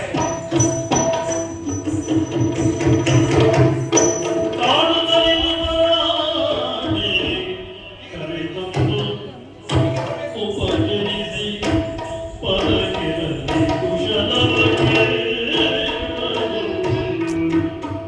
ನೀವು ಬಟ್ಟಬಹುದು. ನಿನಗೆ ಹಾಗೆ ಸೆಟ್ಟತರ ಕಾಣ್ತದೆ. ಕುತೂಹಲಕ್ಕೆ ಕೇಳಿದಂತಹ ಹೀಗೆಲ್ಲ ವೇಷ ಹಾಕಿದಂತಹ ಧರಿಸು ವೇಷ ಇದನ್ನು ನೋಡಿದ ಕ್ಷಣದಲ್ಲಿಯೇ ಓ ಇವರು ಇಂಥವರು ಅಂತ ಹೇಳಿದ್ದಾಗುವುದಿಲ್ಲ. ಹಾಗಾಗಿ ಅವನು ನೋಡಿದಾಗ ಬ್ರಾಹ್ಮಣರು ಅಂತ. ನೋಡಿದಾಗ ಬ್ರಾಹ್ಮಣರು ಬ್ರಾಹ್ಮಣರೇ. ಭಟ್ರಹೌದಲ್ಲ? ಹೌದೌದು. ಸಾರ್ಥಕವಾಯ್ತು. ಇವರಾಗಿದ್ದು ನನಗೆ ಸಾರ್ಥಕವಾಯಿತು. ಯಾಕೆ? ನಿನಗೆ ಬೇರೆ ಹೇಳಿದ್ರು. ಸ್ವಾಮಿ, ವಿನೋದಕ್ಕಾಗಿ ಆಡಿದಂತಹ ಮಾತು. ಒಳ್ಳೆ ಭೂಲೋಕದಲ್ಲಿ ಕಣ್ಣಿಗೆ ಕಾಣುವ ದೇವರು ಭೂಸುರರು ಎನ್ನುವ ಹಾಗೆ ತಮ್ಮನ್ನು ಕೊಂಡಾಡ್ತಾ ಇದ್ದಾರೆ ಆಡುವುದಿದೆ ಅಲ್ವೇ? ಬ್ರಾಹ್ಮಣರಾದಂತಹ ನಿಮ್ಮನ್ನ ಕರೆತಂದು ಕೊಳ್ಳಿರಿಸಿ ಯಥೋಚಿತವಾಗಿ ಯಥಾಮತಿಯಾಗಿ ಉಪಚರಿಸಿದ್ದೇನೆ. ನಿಜ. ಮಾಡಿದಂತಹ ಉಪಚಾರದಲ್ಲಿ ಯಾವುದಾದ್ರೂ ನ್ಯೂನ್ಯತೆಯನ್ನು ಕಂಡಿದ್ದೇ ಹೋದಂತಾದ್ರೆ ದಯಮಾಡಿ ಏನು ಕ್ಷಮಿಸಿ. ಒಳ್ಳೆಯದಾಗಿದೆ. ಸ್ವಾಮಿ, ಓ ನೀವು ಸರಿಯಾದ ಹೊತ್ತಿಗೆ ಬಂದಿದ್ದೀರಿ. ಹಾ ಹೊತ್ತು ಯಾವುದು ಅಂತ ಗೊತ್ತಾಯ್ತಲ್ಲ? ಮಧ್ಯಾಹ್ನದ ಹೊತ್ತು. ಮಧ್ಯಾಹ್ನದ ಹೊತ್ತು. ಹೌದು. ಬಹಳ ಆಯಾಸ ಆದ ಹಾಗೆ ಕಾಣ್ತಾ ಇದೆ. ಹೌದು. ಕುಡಿಯುವುದಕ್ಕೆ ಏನಾದರೂ ಬರುವಾಗೆಲ್ಲ ಕುತ್ಕೊಂಡು ಬಂದಿದ್ದೆ. ಅದೇ. ಹಾ. ಸ್ವಾಮಿ, ಓ. ನಿಮ್ಮ ಮಾತಿನ ಅರ್ಥ ನನಗಾಯ್ತು. ಹಾ. ಎಲ್ಲಾದರೂ ಭೋಜನದ ಹೊತ್ತಿಗೆ ಸರಿಯಾಗಿ ನಾವು ನೀರನ್ನು ಕುಡಿದೆವು ಅಂತಾದ್ರೆ ಊಟ ಹಾಳಾಗುತ್ತದೆ. ಅಲ್ವಾ? ನಿಮ್ಮ ಆಲೋಚನೆ ಸರಿಯಾದದ್ದೇ. ಹಾಗಾಗಿ ತಡ ಮಾಡುವುದಲ್ಲ, ಬಾಳೆ ಎಲೆ ಹಾಕಿ ಸಿದ್ಧಪಡಿಸಿದ್ದಾರೆ. ವಿವಿಧವಾದಂತಹ ಭಕ್ಷ್ಯ ಭೋಜ್ಯಗಳು ಸಿದ್ಧಗೊಂಡಿದೆ. ನಾವು ಸ್ನಾನ ಆಹನಿಕಗಳನ್ನು ಮುಗಿಸಿ ಬಂದಿರಿ ಅಂತಾದ್ರೆ ತಮ್ಮ ಮಾರಣಿಗೆ ಎಲ್ಲವನ್ನು ಸಿದ್ಧಪಡಿಸಿಕೊಂಡಿದ್ದೇವೆ. ನಾನು ಲೋಕ ಸಂಚಾರಿಯಾಗಿ ಹೊರಟವ ನಾನು. ಬರುವಾಗಲೇ ಸ್ನಾನಾದಿಗಳೆಲ್ಲ ಮುಗಿಸ್ಕೊಂಡು ಬಂದವನು. ಇಂದು ಈ ಸ್ನಾನ ಮಾಡುವ ಅವಶ್ಯಕತೆ ಇಲ್ಲ. ಇನ್ನು ಏನಿದ್ದರು ಊಟ ಮಾಡಿ ಸಂಜೆ ವಂದನೆ ಮಾಡೋಕ್ಕೆ ಸಂಜೆ ಮಾತ್ರ ಸ್ನಾನ ಇರುವುದು. ಹೌದಾ? ಅದಲ್ಲದೆ ಇದ್ರ ಬಗ್ಗೆ ಕೇಳಿ ತಿಳಿದಿದ್ದೆ ತಾಯಿ. ಏನು? ಪ್ರಥಮ ತಾನು ಮಹಾಪತಿವ್ರತೆ ಅಂತ ಕೇಳಿದ್ದೇನೆ. ಆದರೆ ನೀನು ನೋಡುವಾಗ ಸಾಕು ಸದ್ಗುಣೆ ತಾಯಿ ನೀನು. ಬ್ರಾಹ್ಮಣನಾದ ನನ್ನನ್ನು ಬಂದಾಗ ಮಧ್ಯಾಹ್ನದ ಹೊತ್ತು ಊಟವನ್ನು ಮಾಡಿ ವಿಶ್ರಾಂತಿ ಪಡೆದವರಾಯಿತು ಅನ್ನುತ್ತೆ. ಇನ್ನು ಕೆಲವು ಹೆಂಗಸರಿದ್ದಾರಮ್ಮ, ನಾನು ಹೋಗುವಾಗ ನೋಡುವುದು ಉಂಟು. ಮಧ್ಯಾಹ್ನದ ಹೊತ್ತು ಊಟದ ಸಮಯ ಯಾರಾದರೂ ಬಂದು ಏನು ತೊಂದರೆ ಕೊಟ್ಟಾರು ಎಂದು ಬಾಗಿಲನ್ನು ಹಾಕಿ ಒಳಗೆ ಉಳಿಸುವುದುಂಟು. ಅದನ್ನು ನೀನು ಹಾಗೆ ಸ್ವಾಮಿ, ತಡ ಮಾಡುವುದಲ್ಲ, ಬಂದಿದ್ದೀರಿ, ಇನ್ನೂ ಹೆಚ್ಚು ಕಾಲ ಕಳೆಯುವುದು ಬೇಡ. ಹೀಗೆ ಬರಬೇಕು. ಜಗದಲ್ಲಿ ಭೋಜನವಹಿಸಿ ಒಲಿದು ವೀರ ದಕ್ಷಿಣವ ನೀಡಲುಗೆ ಭೂಸುರರು ಅವಶದಲ್ಲಿ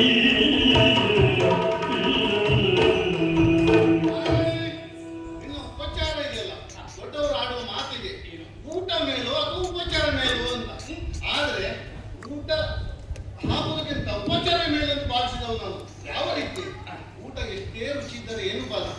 ಬಡಿಸುವವನಿಗೆ ಕ್ರಮ ಇದೆ. ಅದಕ್ಕೆ ಹೇಳಿದ್ರು ಉಪಚಾರ ಮೇಲು ಅಂತ. ನಿಮ್ಮ ಅಡುಗೆಯವನು ಯಾರು? ಯಾವ ರೀತಿ? ಬ್ರಾಹ್ಮಣರೇ ಸ್ವಲ್ಪ ಇದನ್ನು ತಗೊಳ್ಳಿ, ಸ್ವಲ್ಪ ಇದು ತಗೊಳ್ಳಿ, ಬ್ರಾಹ್ಮಣರೇ ಇದು ಬೇಕಾ, ಇದು ಸಾಕಾ, ಇದು ಹೇಗಿದೆ, ಒಂದೊಂದೇ ಒಂದೊಂದೇ ಕೇಳಿ ಕೇಳಿ ಹಾಕುವಾಗ ಅವನ ಉಪಚಾರಕ್ಕೆ ನನ್ನ ಹೊಟ್ಟೆ ತುಂಬಿದಾಗ ಆಯ್ತು. ಆದ್ರೆ ಊಟವಷ್ಟು ರುಚಿಯಾಗಿ ಪ್ರಪಂಚದಲ್ಲಿ ಒಬ್ಬ ಮನುಷ್ಯನನ್ನ ಯಾವ ರೀತಿಯಲ್ಲಿ ತೃಪ್ತಿಪಡಿಸಿಕೊಳ್ಳಬಹುದು? ಊಟದಲ್ಲಿ ಅದು ಯಾವುದು ಅಂತ ಕೇಳಿದ್ರೆ ಊಟದಿಂದ ಮಾತ್ರ ಸಾಧ್ಯ. ಹೌದಾ? ಸಾಕು ಅಂತ ಹೇಳುವುದು ಒಂದೇ, ಹೊಟ್ಟೆ ಹೊಟ್ಟೆ ತುಂಬಿದಾಗ ಮಾತ್ರ ತುಂಬ ಸಾಕು ಅಂತ ಹೇಳ್ತಾರೆ.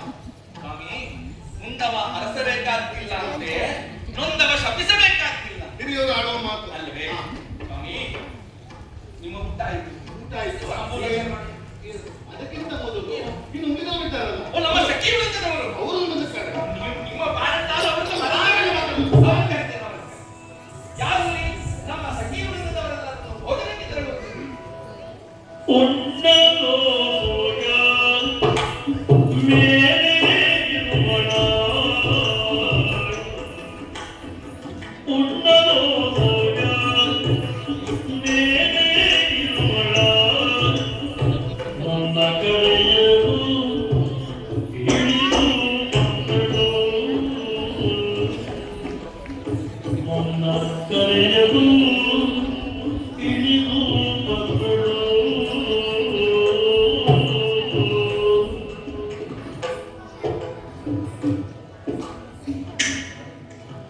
ಕಣ್ಣಿ ಮುಖವನ್ನು ಸುದೇವ ನೋಡಿದ, ರಾಜನ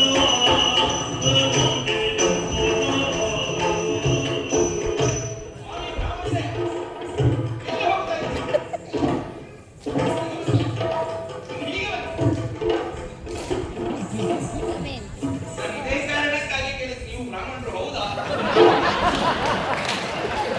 ಸ್ವಾಮಿ, ಭೋಜನವನ್ನು ಮುಗಿಸಿದ್ದೀರಿ.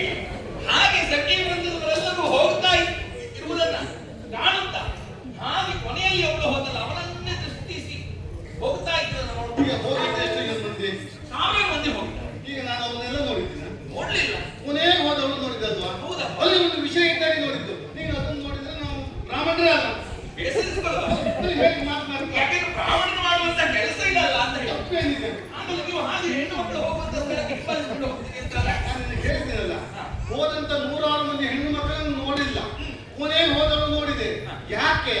ಅಲ್ಲಿ ಒಂದು ವಿಷಯ ಇದೆ. ವಿಷಯ ಉಂಟು. ಹೌದು. ಯಾಕೆ? ಈ ಕೊನೆ ಹೋದಲ್ಲ, ಅವಳು ಯಾರು? ಅವಳನ್ನು ಎಷ್ಟು ದಿನದಿಂದ ಇಲ್ಲಿದ್ದವಳು? ಅವಳ ಬಗ್ಗೆ ನೀನು ಕೇಳಬೇಕು. ಅವಳಿಗೆ ಮದುವೆ ಆಗಿದೆಯಾ? ಮದುವೆ ಆಗಿದ್ರೆ ಗಂಡ ಎಲ್ಲಿ? ಮಕ್ಕಳಿದ್ದಾರ? ಇದ್ದಿದ್ರೆ ಎಲ್ಲಿ? ಅವಳು ಎಷ್ಟು ದಿನದಿಂದ ಬಂದಿದ್ದಾಳೆ? ಇನ್ನೇ ಇದ್ದಾಳ? ಇದ್ದು ಬಂದವಳ? ಸ್ವಲ್ಪ ಹೇಳ್ತೀಯಾ? ಕೇಳುವಂತ ಹಣವದಾನ ಉಂಟು ಅಂತ ಅಲ್ಲ ಹೇಳ್ತೀನಿ. ಹೇಳ. ಒಡಲ ಹೊರೆಯಲು ಸೇರಿ ಇಬ್ಬರು, ಒಡಲ ಹೊರೆಯಲು ಸೇರಿ ಇಬ್ಬರು, ಗಣಪತಿ ಮತೆ ಸಾವು ಗುಣಯುತೆ, ಗಣಪತಿ ಮತೆ ಸಾವು ಗುಣಯುತೆ, ಸಾವು ಗುಣಯುತೆ.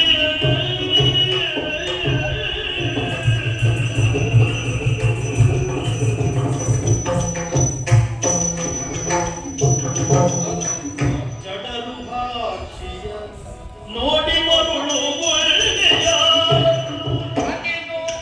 ಜಡಲು ಭಾಷೆಯ ಮರುಳು ಗುಡ್ಡೆಯ ನೋಡಿ ಮರುಳು ಗುಡ್ಡೆಯ, ಮನದಿ ಒಳಮದಿ ತಿಳಿಯ ದಾರಿಯ, ಮನದಿ ಒಳಮದಿ ತಿಳಿಯ ದಾರಿಯ.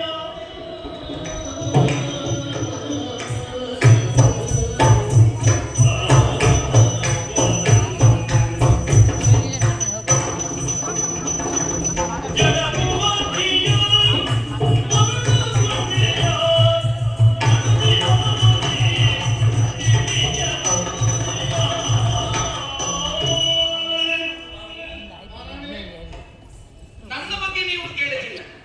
ತಿಳಿದವನು ಅರಸರ ಬಗ್ಗೆ ನೀವು ಕೇಳಲಿಲ್ಲ. ಅವಶ್ಯಕತೆ ಇಲ್ಲ. ಅದೆಷ್ಟೋ ಮಂದಿ ಊಟಕ್ಕೆ ಸಾಲು ಸಾಲಾಗಿ ಹೋಗ್ತಾ ಇದ್ದಾರೆ. ಅವ್ರನ್ನ ಯಾರು ಕೇಳಿಲ್ಲ. ಅವರು ಯಾರನ್ನೂ ನೀವು ನೋಡ್ಲಿಲ್ಲ. ಅವರ ಬಗ್ಗೆ ಗೊಡವೆ ಇಲ್ಲದ ಹಾಗೆ ನಿಮ್ಮ ಹಾಗೆ ನೀವು ಕುಳಿತಲ್ಲಿ ಹಾ.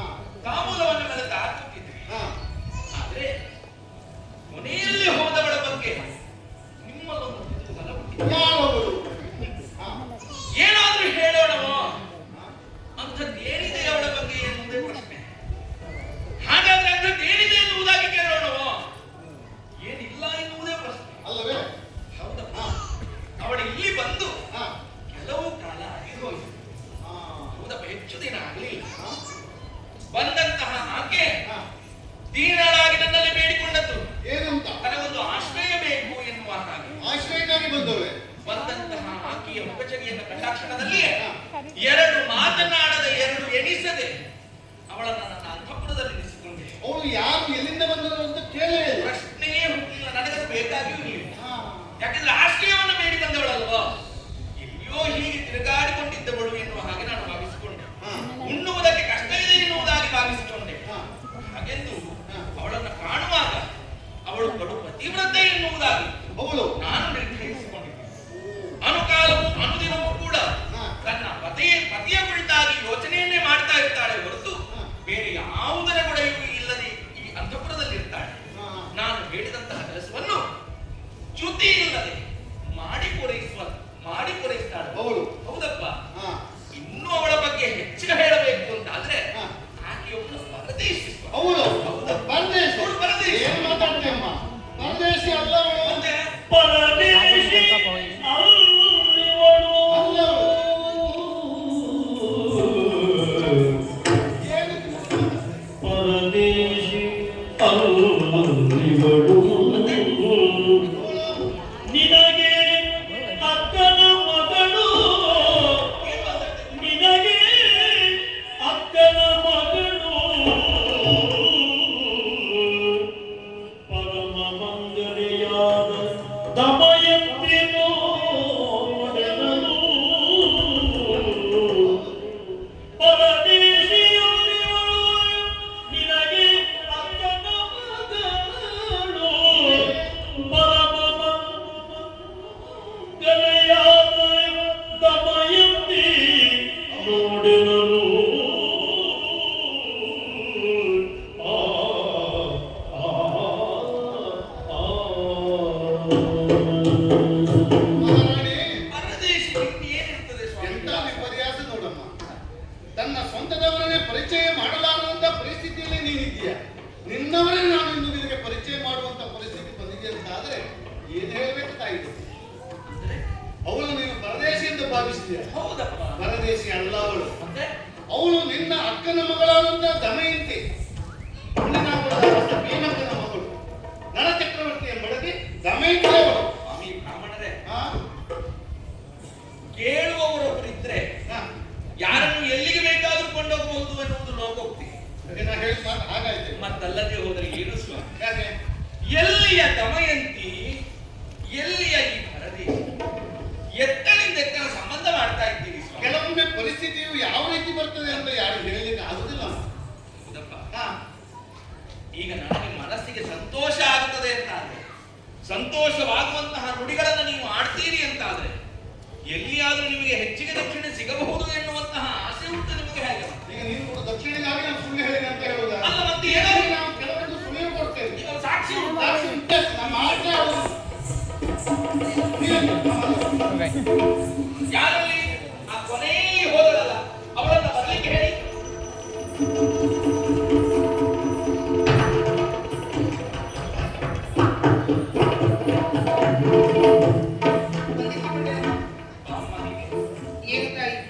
ಯಾಕೆ ಹಾಗೆ ಅಳುತ್ತಾ ಇದ್ದೆ?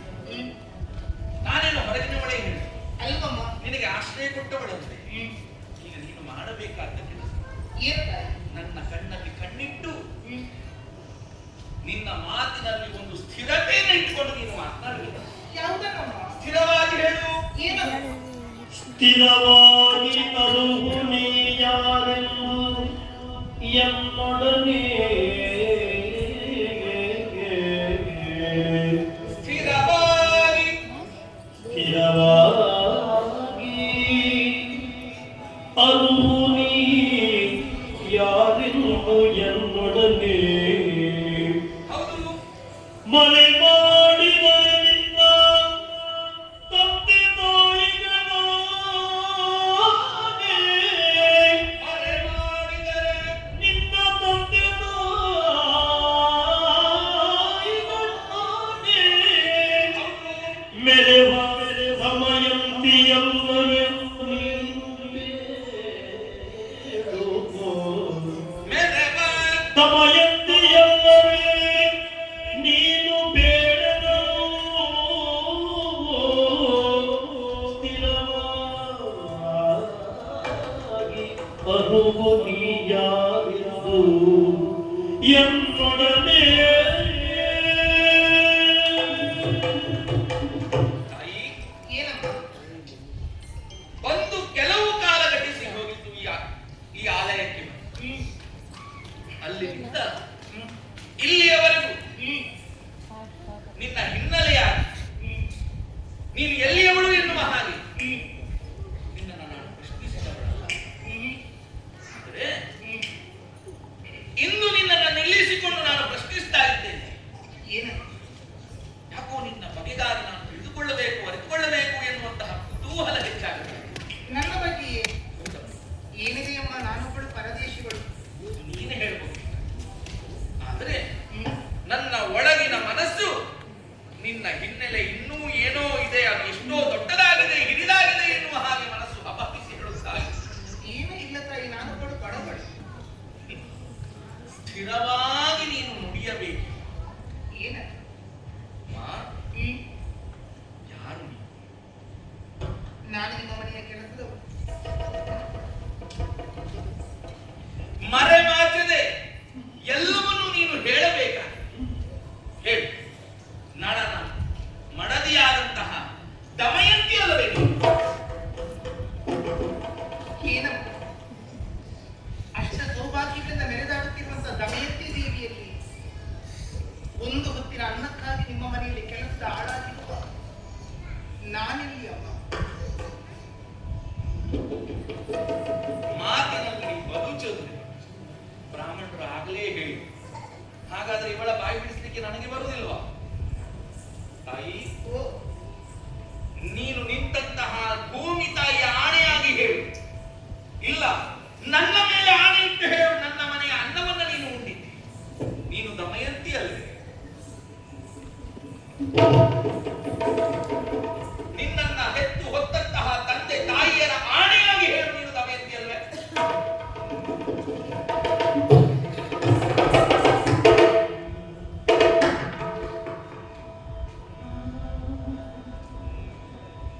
ಹೆಣ್ಮಕ್ಕಳ ಭಾಗ್ಯ ಅವಳ ಮಾಂಗಲ್ಯ. ಈ ಮಾಂಗಲ್ಯದ ಮೇಲೆ ಆಣೆ ಮಾಡಿ ಹೇಳು, ನಳ ಚಕ್ರವರ್ತಿಯ ಮಡದಿ ದಮಯಂತಿ ಅಲ್ಲವೇ ನೀನು? ಶಿರವಾಣಿಯದೆವಳು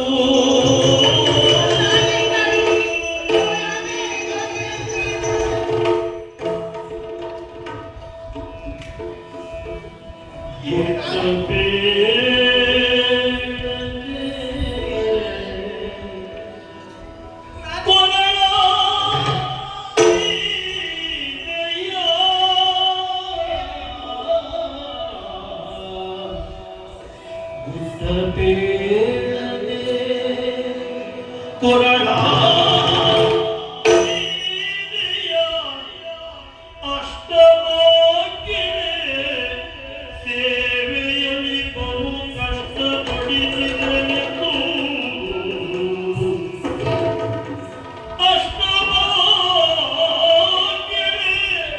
ಸೇವೆಯಲ್ಲಿ ಬಹು ಕಷ್ಟಪಡಿಸಿದೆನೆಂದು ಗೋಳಿದ್ದಾಳೆ.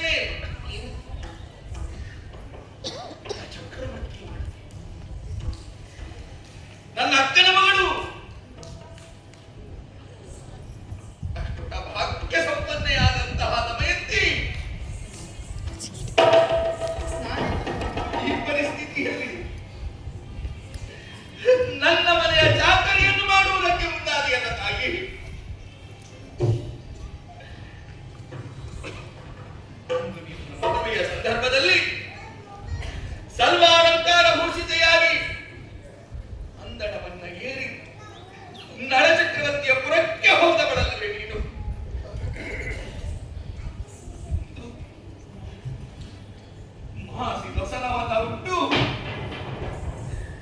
ದಾಸಿಯರ ಹಾಗೆ ದಾಸಿಯರ ಸಂದೋಹವನ್ನು ಸೇರಿಕೊಂಡು ನನ್ನದಾದಂತಹ ನಾನು ತೋರಿಸಿದಂತಹ ಕೆಲಸವನ್ನ ಮಾಡುವುದಕ್ಕೆ ಮುಂದಾದೆಯಲ್ಲಪ್ಪ. ನೀನು ಎಂತವಳು? ನಳಚಕ್ರವರ್ತಿಯ ಬಡದಿ. ನಳಚಕ್ರವರ್ತಿಗೆ ನಾವು ಸಾಮಂತರಾಗಿರುವವರಮ್ಮ, ನಾವು ಸಾಮಂತರಾಗಿರುವವರು. ಅಂತವನ ಮಡದಿಗೆ ನಾನು ಆದೇಶವನ್ನು ಕೊಟ್ಟು ನಾನು ಕೆಲಸವನ್ನು ಮಾಡಿಸುವುದನ್ನು ಮುಂದಾದನಲ್ಲ ತಾಯಿ, ನನ್ನನ್ನು ಕ್ಷಮಿಸಿ. ಅಯ್ಯಯ್ಯೋ ಯಾಕೆ ಪರಿಸ್ಥಿತಿ? ಯಾಕೆ ಆಗಲೇ ಬಂದಾಗ ನಾನು ಇಂಥವಳು ನಿಮ್ಮ ಮಗಳು ಎನ್ನುವ ಒಂದು ಮಾತು ಹೇಳಿದ್ದರೆ ಎಷ್ಟು ಸುಂದರವಾಗಿ ನೋಡಿಕೊಳ್ತಾ ಇದ್ದೆ ನಮ್ಮ ನಿನ್ನನ್ನು. ಯಾಕೆ ಹೀಗೆ ಮಾಡಿದೆ? ಯಾಕೆ ಹೀಗೆ ಮಾಡಿದೆ? ಯಾಕೆ ಅಳ್ತೀರಿ? ಸತಿದೆ